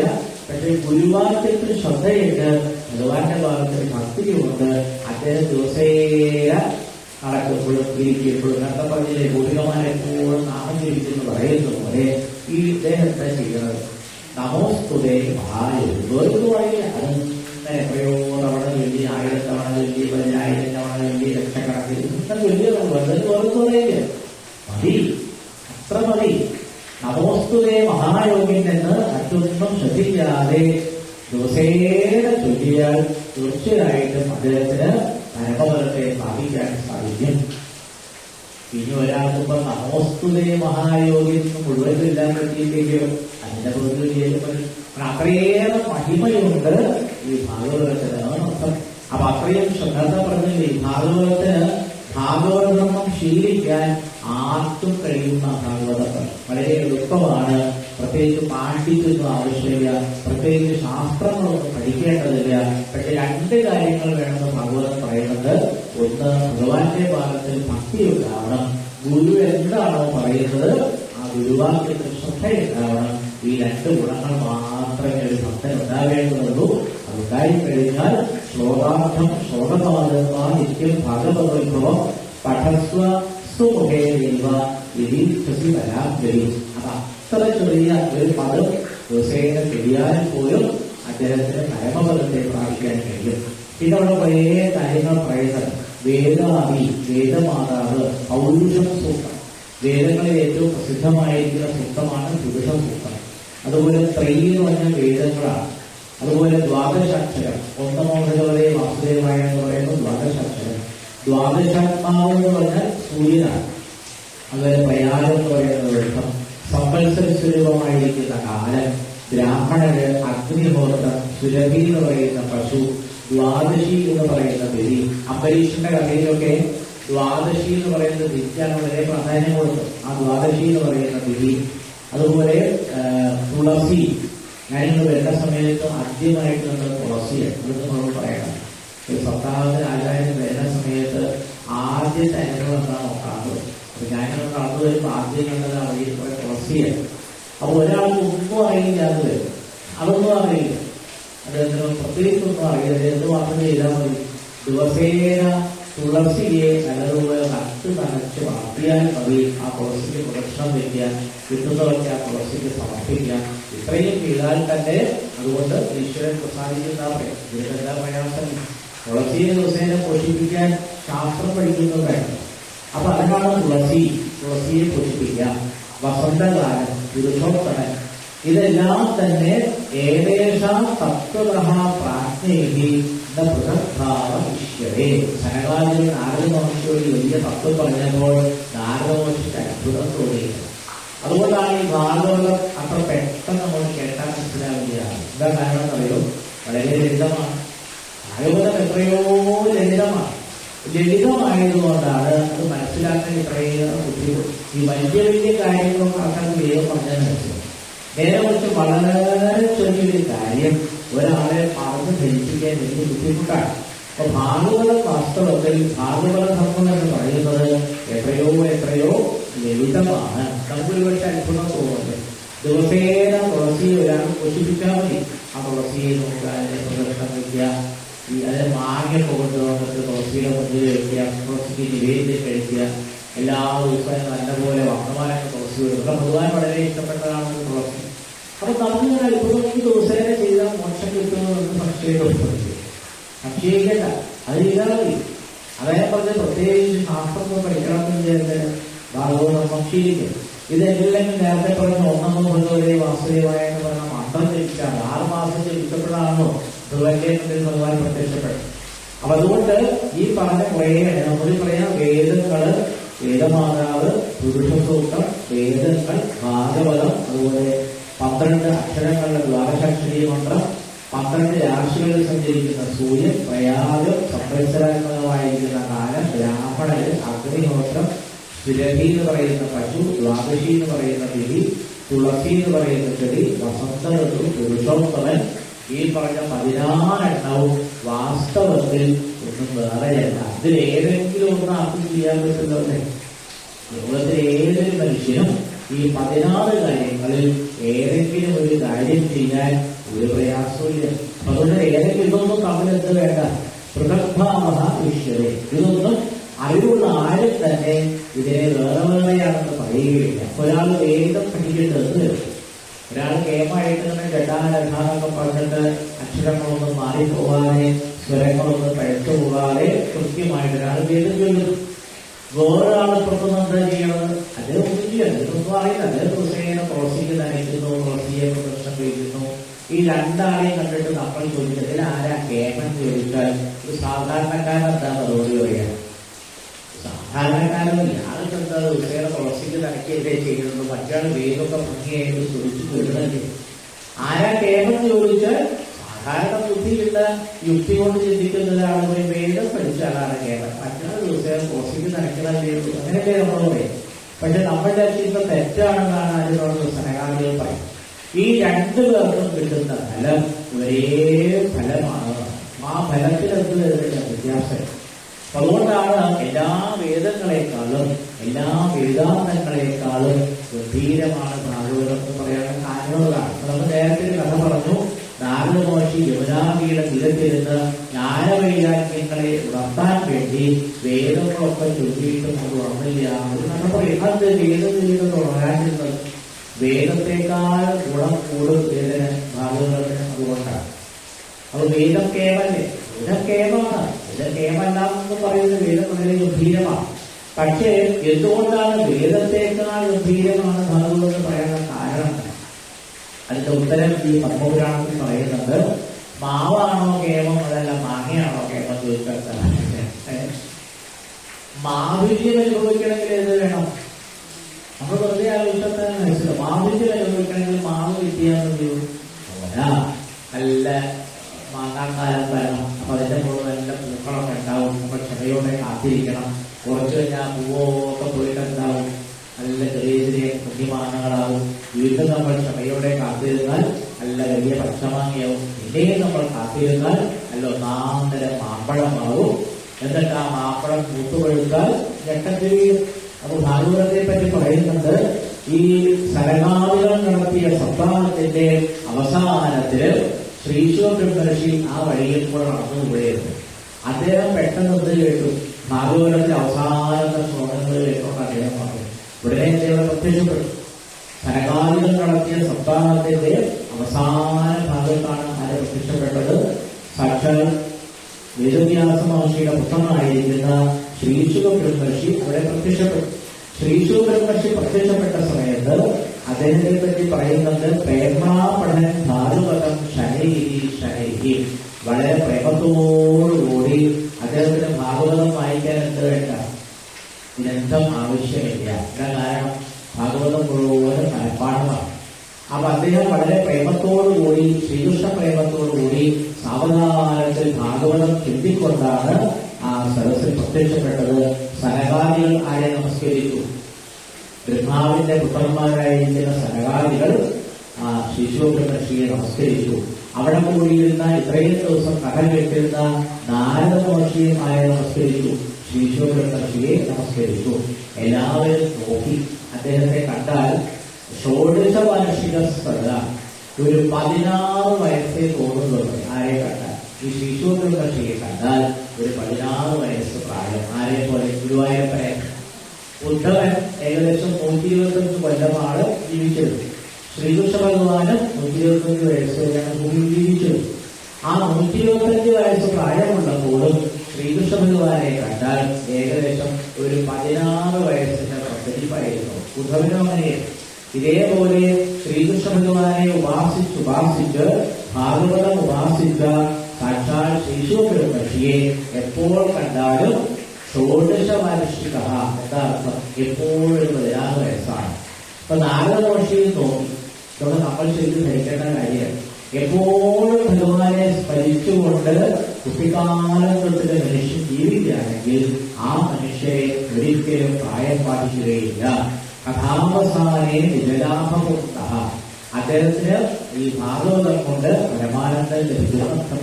പ്രേപ്രാപടൻ ഭാഗവതം ശനൈഹി ശനൈഹി. അപ്പൊ ഭാഗവതം പാടിക്കൊണ്ടുവന്ന ശിശുബ്രഹ്മർഷി ആര് കണ്ടു? അവിടെ കൂടിയിരുന്ന 10,000കണക്കിന് ശ്രോതാക്കളും ഭക്താക്കളും കണ്ടു. എല്ലാവരും സത്യ സമുദ്ധായ ഋതുംബാസനം, ആ മഹാത്മാവിന് ഇരിക്കാൻ വേണ്ടി വിശിഷ്ടമായിരിക്കുന്ന ഒരു പീഠം കൊടുത്തു. പ്രീത്യാ സുരർഷിഹീതമഹൂലകൾ സുഖം. നാരദ മഹർഷിയാണ് അവിടെ ഒരു ആരെ പൂജിച്ചത്. നല്ലതുപോലെ ശിശുബ്രഹ്മർഷിയെ പൂജിച്ചു. സ്ഥിതോ മുതൽ സംശ്രുതകാമലാം ഇലൻ. ആ ശിശുബ്രഹ്മർഷി സനകാദികൾ നടത്തിയ സപ്താഹത്തിന്റെ അവസാനത്തിൽ അവിടെ ഒരു കാര്യം പറഞ്ഞു. അതെന്താ പറഞ്ഞത്? കേട്ടോളൂ. എന്താ പറഞ്ഞത്? നിഗമകൽപ്പതലോ ഗണിതം ഫലം ശുഭമുഖാ അമൃതപ്രവ സംഗീതം പിബത ഭാഗവതം രസമാലയം ബഹുരഹോ രസിക ഭുവി ഭാവുകാഹ. അവരെ മുഴുവൻ വിളിച്ചത് അല്ലയോ രസികന്മാരെ എന്നാണ് വിളിച്ചത്. അങ്ങനെ മനസ്സിലായോ?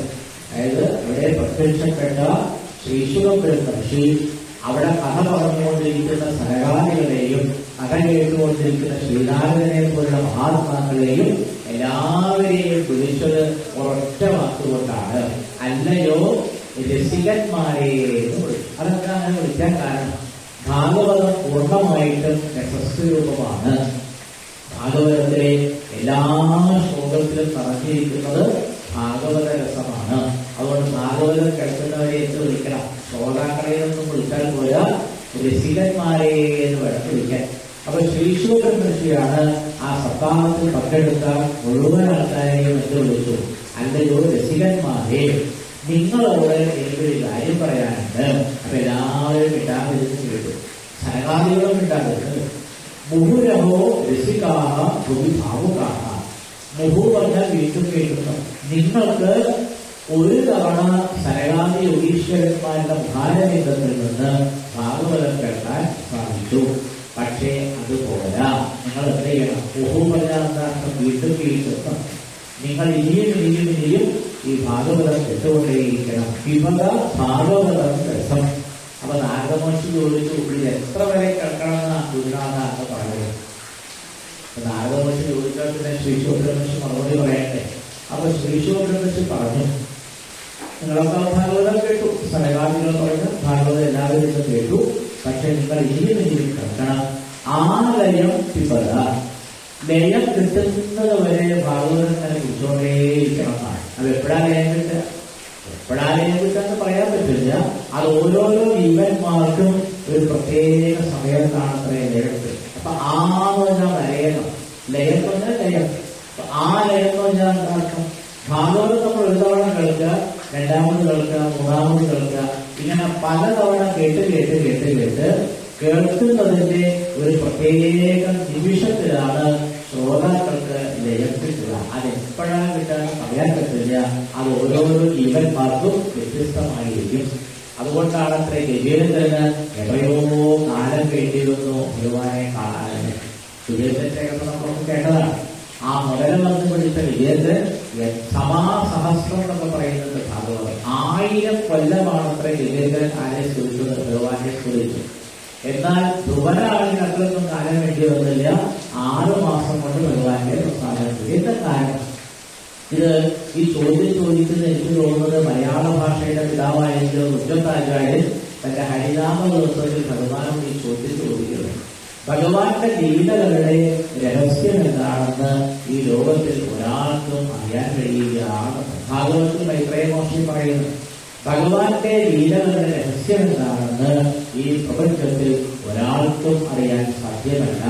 അപ്പൊ അതുകൊണ്ട് ഈ സനകാദി യോഗീശ്വരന്മാരുടെ മുന്നിൽ വെച്ച് ശ്രീശുക ബ്രഹ്മർഷി നാരദ മഹർഷിയോട് പറഞ്ഞതും ഇതേ മറുപടിയാണ്. ഈ ഭാഗവതം വീണ്ടും വീണ്ടും കേട്ടുകൊണ്ടിരിക്കുക. എപ്പോഴാണോ ലയം കിട്ടുന്നത് ആ ലയം കിട്ടുന്നത് വരെ കേൾക്കുക. ലയം കിട്ടുമ്പോഴാണ് ഭാഗവതത്തിന്റെ രസം കുറേശങ്ങനെ അറിയാൻ തുടങ്ങാം. ലയം കിട്ടിക്കഴിഞ്ഞാൽ വേണം, പിന്നെ അത് ഓരോന്നും വേണ്ടാവുള്ളൂ. ഭാഗവതം കേട്ട് കേട്ട് കേട്ട് ലയിക്കാൻ തുടങ്ങിയാൽ പിന്നെ അദ്ദേഹത്തിന് മനസ്സിലാവും ഈ ലോകത്തിൽ കാണുന്ന യാതൊന്നും എനിക്ക് ആവശ്യമില്ല. ദേഹ ആത്മവിസ്മൃതിയുണ്ട്. പിന്നെ ദേഹത്തിനോട് വലിയ താല്പര്യം തോന്നില്ല, വീടിനോട് വലിയ താല്പര്യം തോന്നില്ല, ബന്ധുജനങ്ങളോട് താല്പര്യം തോന്നില്ല. അപ്പാടിയിലെ ഗോപികമാരെ പറ്റി കഥ കേട്ട് ഭഗവാന്റെ വേണുഗാനം കേട്ടപ്പോൾ ഗോപികമാര് എല്ലാം വലിച്ചെറിഞ്ഞ് ഇവിടേക്ക് ഒഴുകി വന്നു. ഭഗവാന്റെ ഒഴുകി വന്നു എന്ന് കഥയുടെ ഭാഗവതം.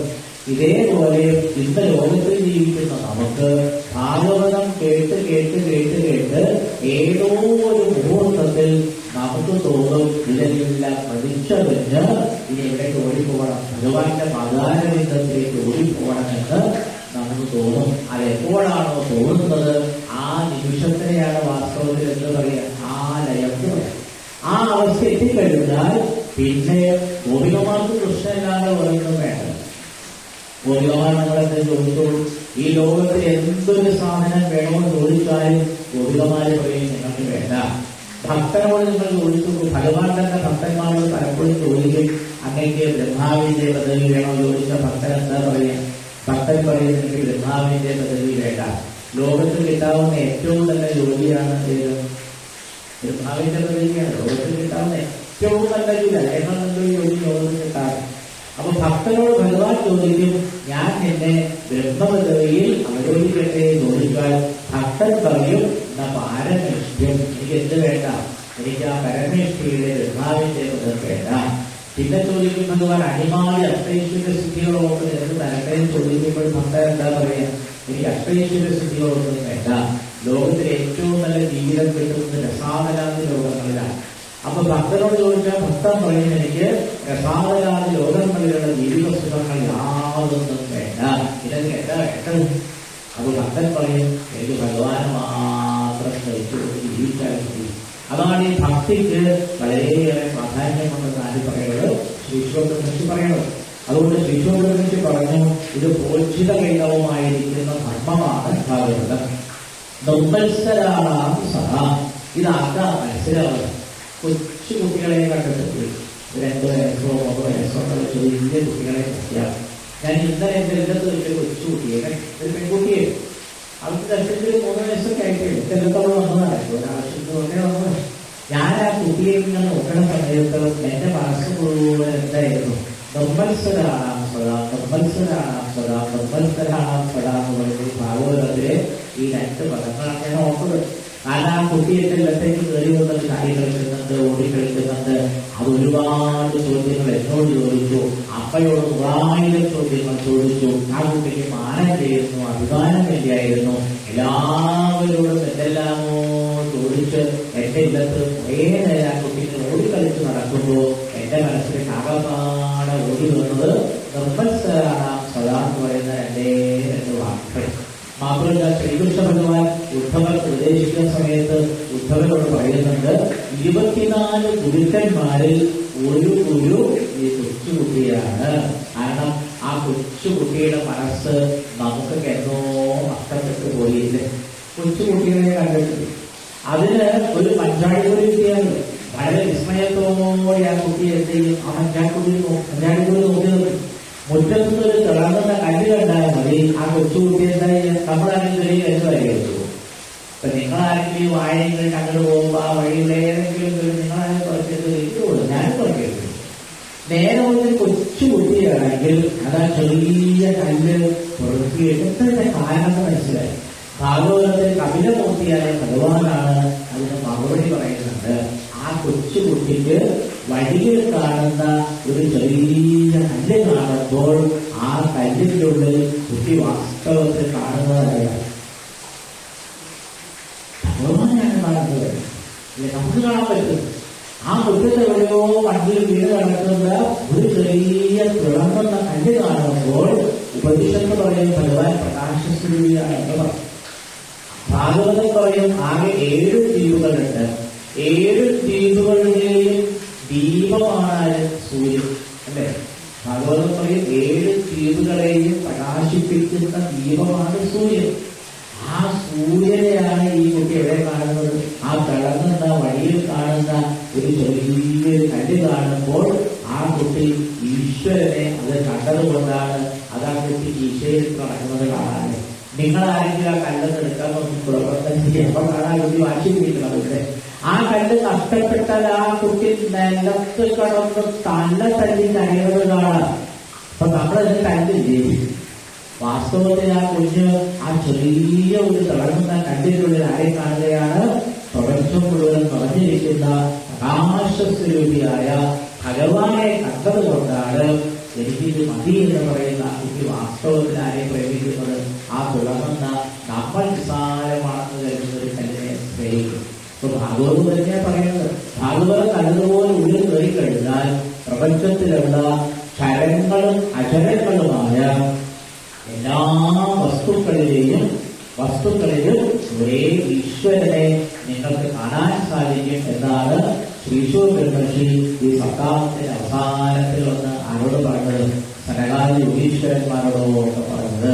അപ്പോ നാരദമ്മ ശക്ത ചോദ്യം ചോദിച്ചു, ഈ അവസ്ഥയുണ്ടാവാൻ ഒരുപാട് സമയമെടുക്കുമോ ചോദിച്ചു. അതിനകത്തൊരു ചോദ്യമായി. നാരദമഹർഷിയുടെ ചോദ്യം കേട്ട സമയത്ത് ശ്രീശൂർ ബ്രഹ്മർഷി ഒറ്റ വാക്കിലാണ് അതിന് മറുപടി പറഞ്ഞത്. ഇതിനങ്ങനെ പ്രത്യേകിച്ച് സമയമൊന്നും നിൽക്കില്ല. കാരണം ഓരോ ജീവനും വാസ്തവത്തിൽ ആരാണ്? ഓരോ ജീവനും വാസ്തവത്തിൽ ഭഗവാൻ തന്നെയാണ്. പക്ഷെ ജീവനെ തിരിച്ചറിയാൻ പറ്റുന്നില്ല. ഞാൻ സാക്ഷാൽ പരബ്രഹ്മസ്വരൂപിയായ ഭഗവാൻ തന്നെയാണെന്ന് തിരിച്ചറിയാൻ പറ്റാത്തത് കൊണ്ടാണ് ജീവൻ ലോകത്തിൽ പല പല വിശാലമായ വസ്തുക്കളെ പിന്നാലെ പോണത്. ഇത് ഏത് നിമിഷമാണോ തിരിച്ചറിയുന്നത് ആ നിമിഷത്തിന് അധികം കാലത്തും വേണ്ട. അതുകൊണ്ടാണ് ആ ശ്ലോകത്തിൽ നോക്കിയാൽ കാണാം, സത്യോഹൃദ്യവരുദ്ധ്യതേ.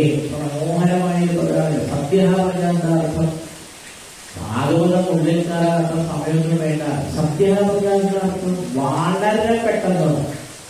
വളരെ പെട്ടെന്ന് ചിലപ്പോൾ ഒരു നിമിഷം മതി ഈ പരമാനന്ദ സ്വരൂപിയായ ഭഗവാനെ ഒന്ന് അനുഭവിക്കാൻ ചില മഹാത്മാക്കൾക്ക് അല്പനിമിഷം മതി. ഞാനൊരു മഹാത്മാവിന്റെ കഥ കേട്ടു, നിങ്ങളൊരു പക്ഷേ കേട്ടിട്ടുണ്ടാവുള്ളൂ.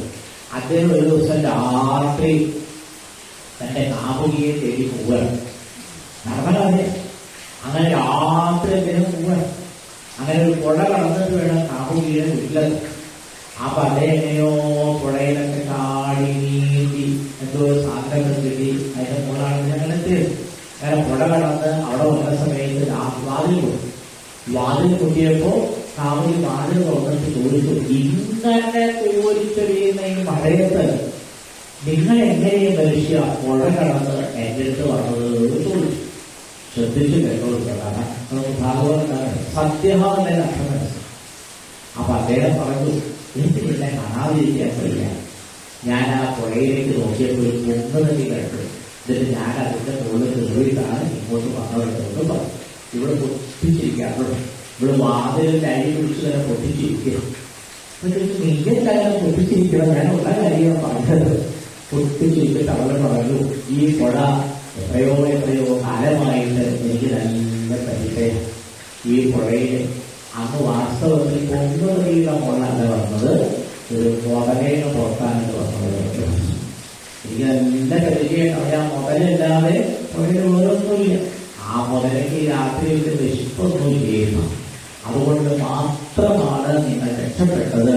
നിങ്ങൾ ഇങ്ങോട്ട് വന്നത് ആ മുതലയുടെ പുറത്ത് കയറിയിട്ടാണ്.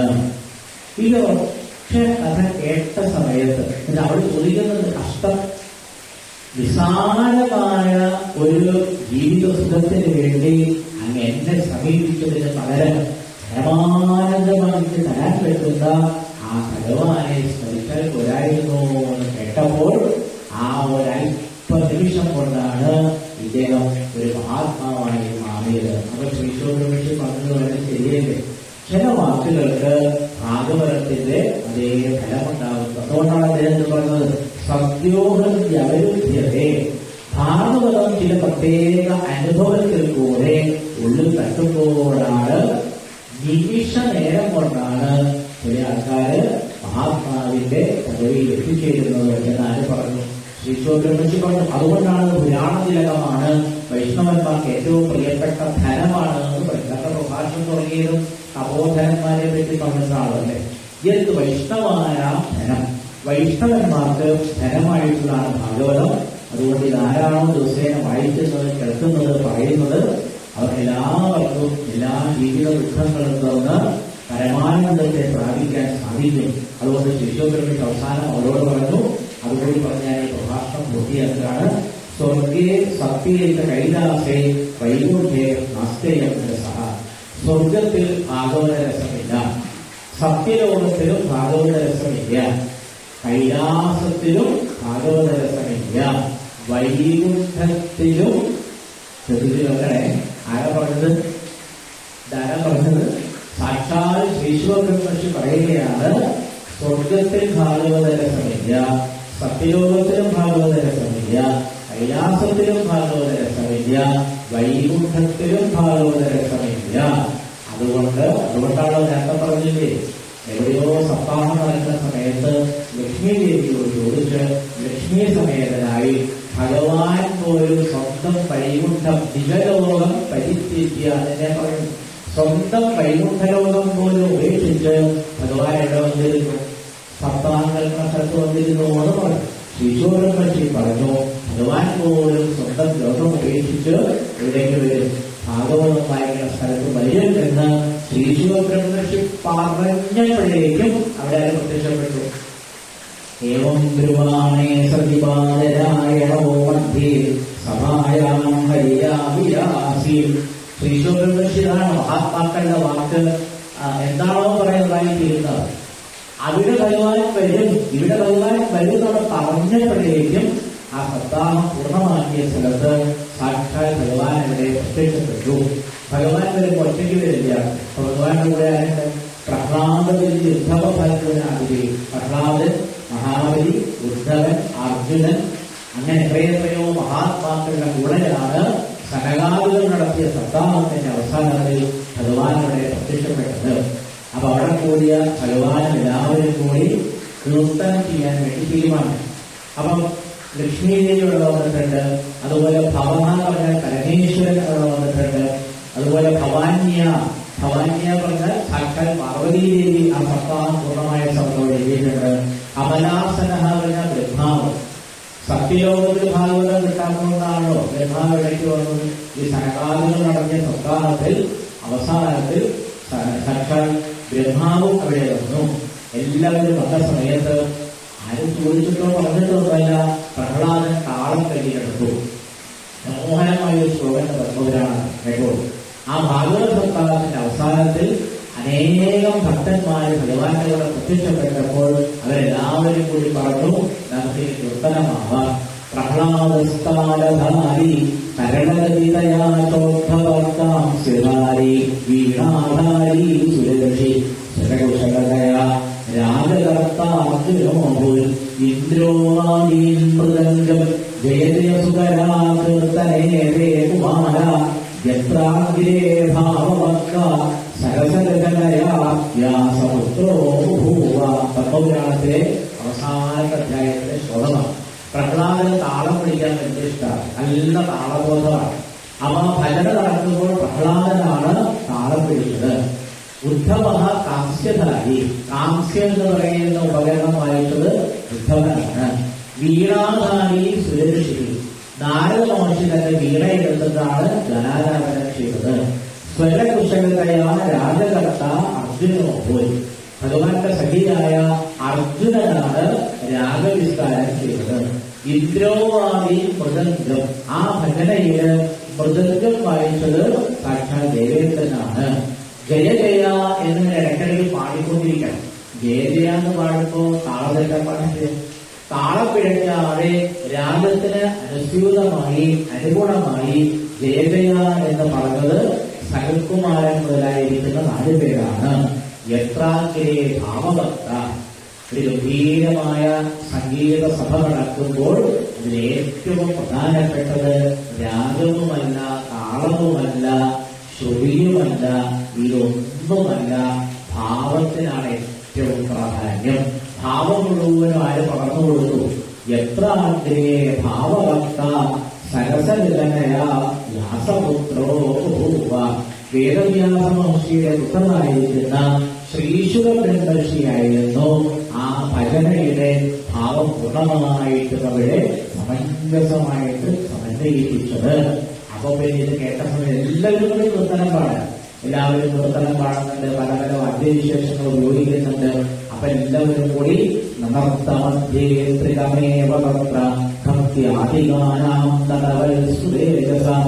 എല്ലാവരും കൂടി നൃത്തം ചെയ്യാൻ തുടങ്ങി. ഇതിനാണ് ഈ ആനന്ദ നൃത്തം എന്ന് പറയും.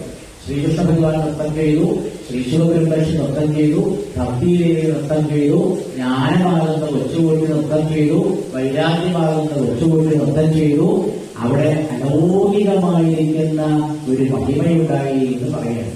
അപ്പൊ വാസ്തവത്തിൽ സപ്താഹം എന്തല്ല, ലൗകികമല്ല. ലൗകികമായ ഒരു കാര്യങ്ങളും ഇവിടെ പറഞ്ഞിട്ടില്ല, ഭാഗവതത്തിൽ എവിടെയും പറഞ്ഞിട്ടില്ല. അലൗകികം കീർത്തനമേതീക്ഷ ഹരിപ്രസന്നോപി പ്രചോദയിൽ. അപ്പൊ ശ്രീഹരിയായിരിക്കുന്ന ഭഗവാൻ മൊത്തം കഴിഞ്ഞപ്പോൾ പറഞ്ഞു, ഭാഗവതം പൂർണ്ണമായിട്ടും അലൗകികമാണ്. നിങ്ങളിവിടെ സപ്താഹം നടത്തിയതുകൊണ്ട് എന്തെങ്കിലും വരനുണ്ടെങ്കിൽ ചോദിച്ചോളൂ, തരാതെ പറഞ്ഞു. അപ്പൊ അവിടെ പോയി അന്നേരമൊക്കെ എന്താണ് വരം ചോദിച്ചത്? ഞങ്ങൾക്ക് ഏതായാലും ഒരു സപ്താഹം നടത്താൻ പറ്റി, ആ സപ്താഹത്തിൽ ഞങ്ങൾക്ക് ഭഗവാനെ നേരിട്ട് കാണാൻ പറ്റി, ആനന്ദ നൃത്തം ചെയ്യാൻ കഴിഞ്ഞു. ഇതേപോലെ ഇനി എന്തെങ്കിലും ഏതെങ്കിലും ഭക്തന്മാര് സപ്താഹം നടത്തുകയാണെങ്കിൽ ആ സപ്താഹത്തിലും ഭഗവാനെ ചെയ്യണം. ഇതേപോലെ എല്ലാ ഭക്തന്മാരെയും കൂട്ടി അവരെ എഴുന്നള്ളണം എന്ന് പറഞ്ഞപ്പോൾ ഭഗവാൻ എന്താ മറുപടി പറഞ്ഞത്? ഭഗവാൻ പറഞ്ഞു, അതാസ്തു, ഇന്നത്തെ ആവട്ടെ.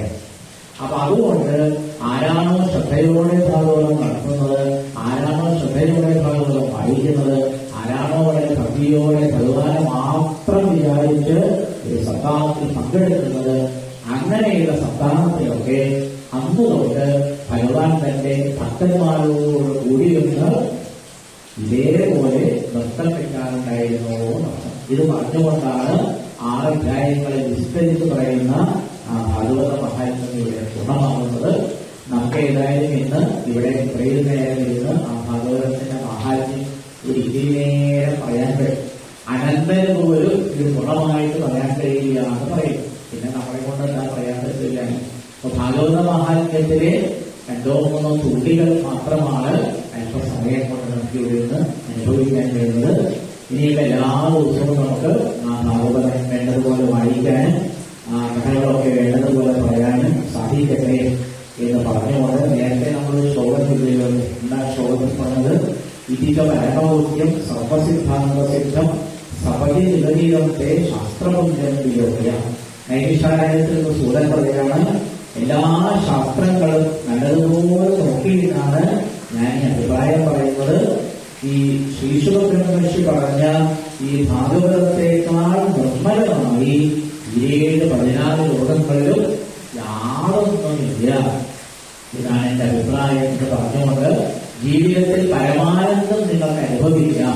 ആ പരമാനന്ദം അനുഭവിക്കണമെന്ന് ആഗ്രഹമുള്ള എല്ലാവരും ചെയ്യേണ്ടത് ഈ ഭാഗവത ശ്രവണമാണ് എന്ന് പറഞ്ഞുകൊണ്ടാണ് 6 അധ്യായങ്ങളിൽ നീണ്ടുകിടക്കുന്ന കഥ, ഭാഗവത മഹാത്മ്യ കഥ സൂര്യൻ നൈമിഷാരണ്യത്തിൽ സോമനാഥങ്ങൾ വിസ്തരിച്ച് പറഞ്ഞുകൊണ്ടത്. സർവത്ര ഗോവിന്ദനാമ സങ്കീർത്തനം ഗോവിന്ദോ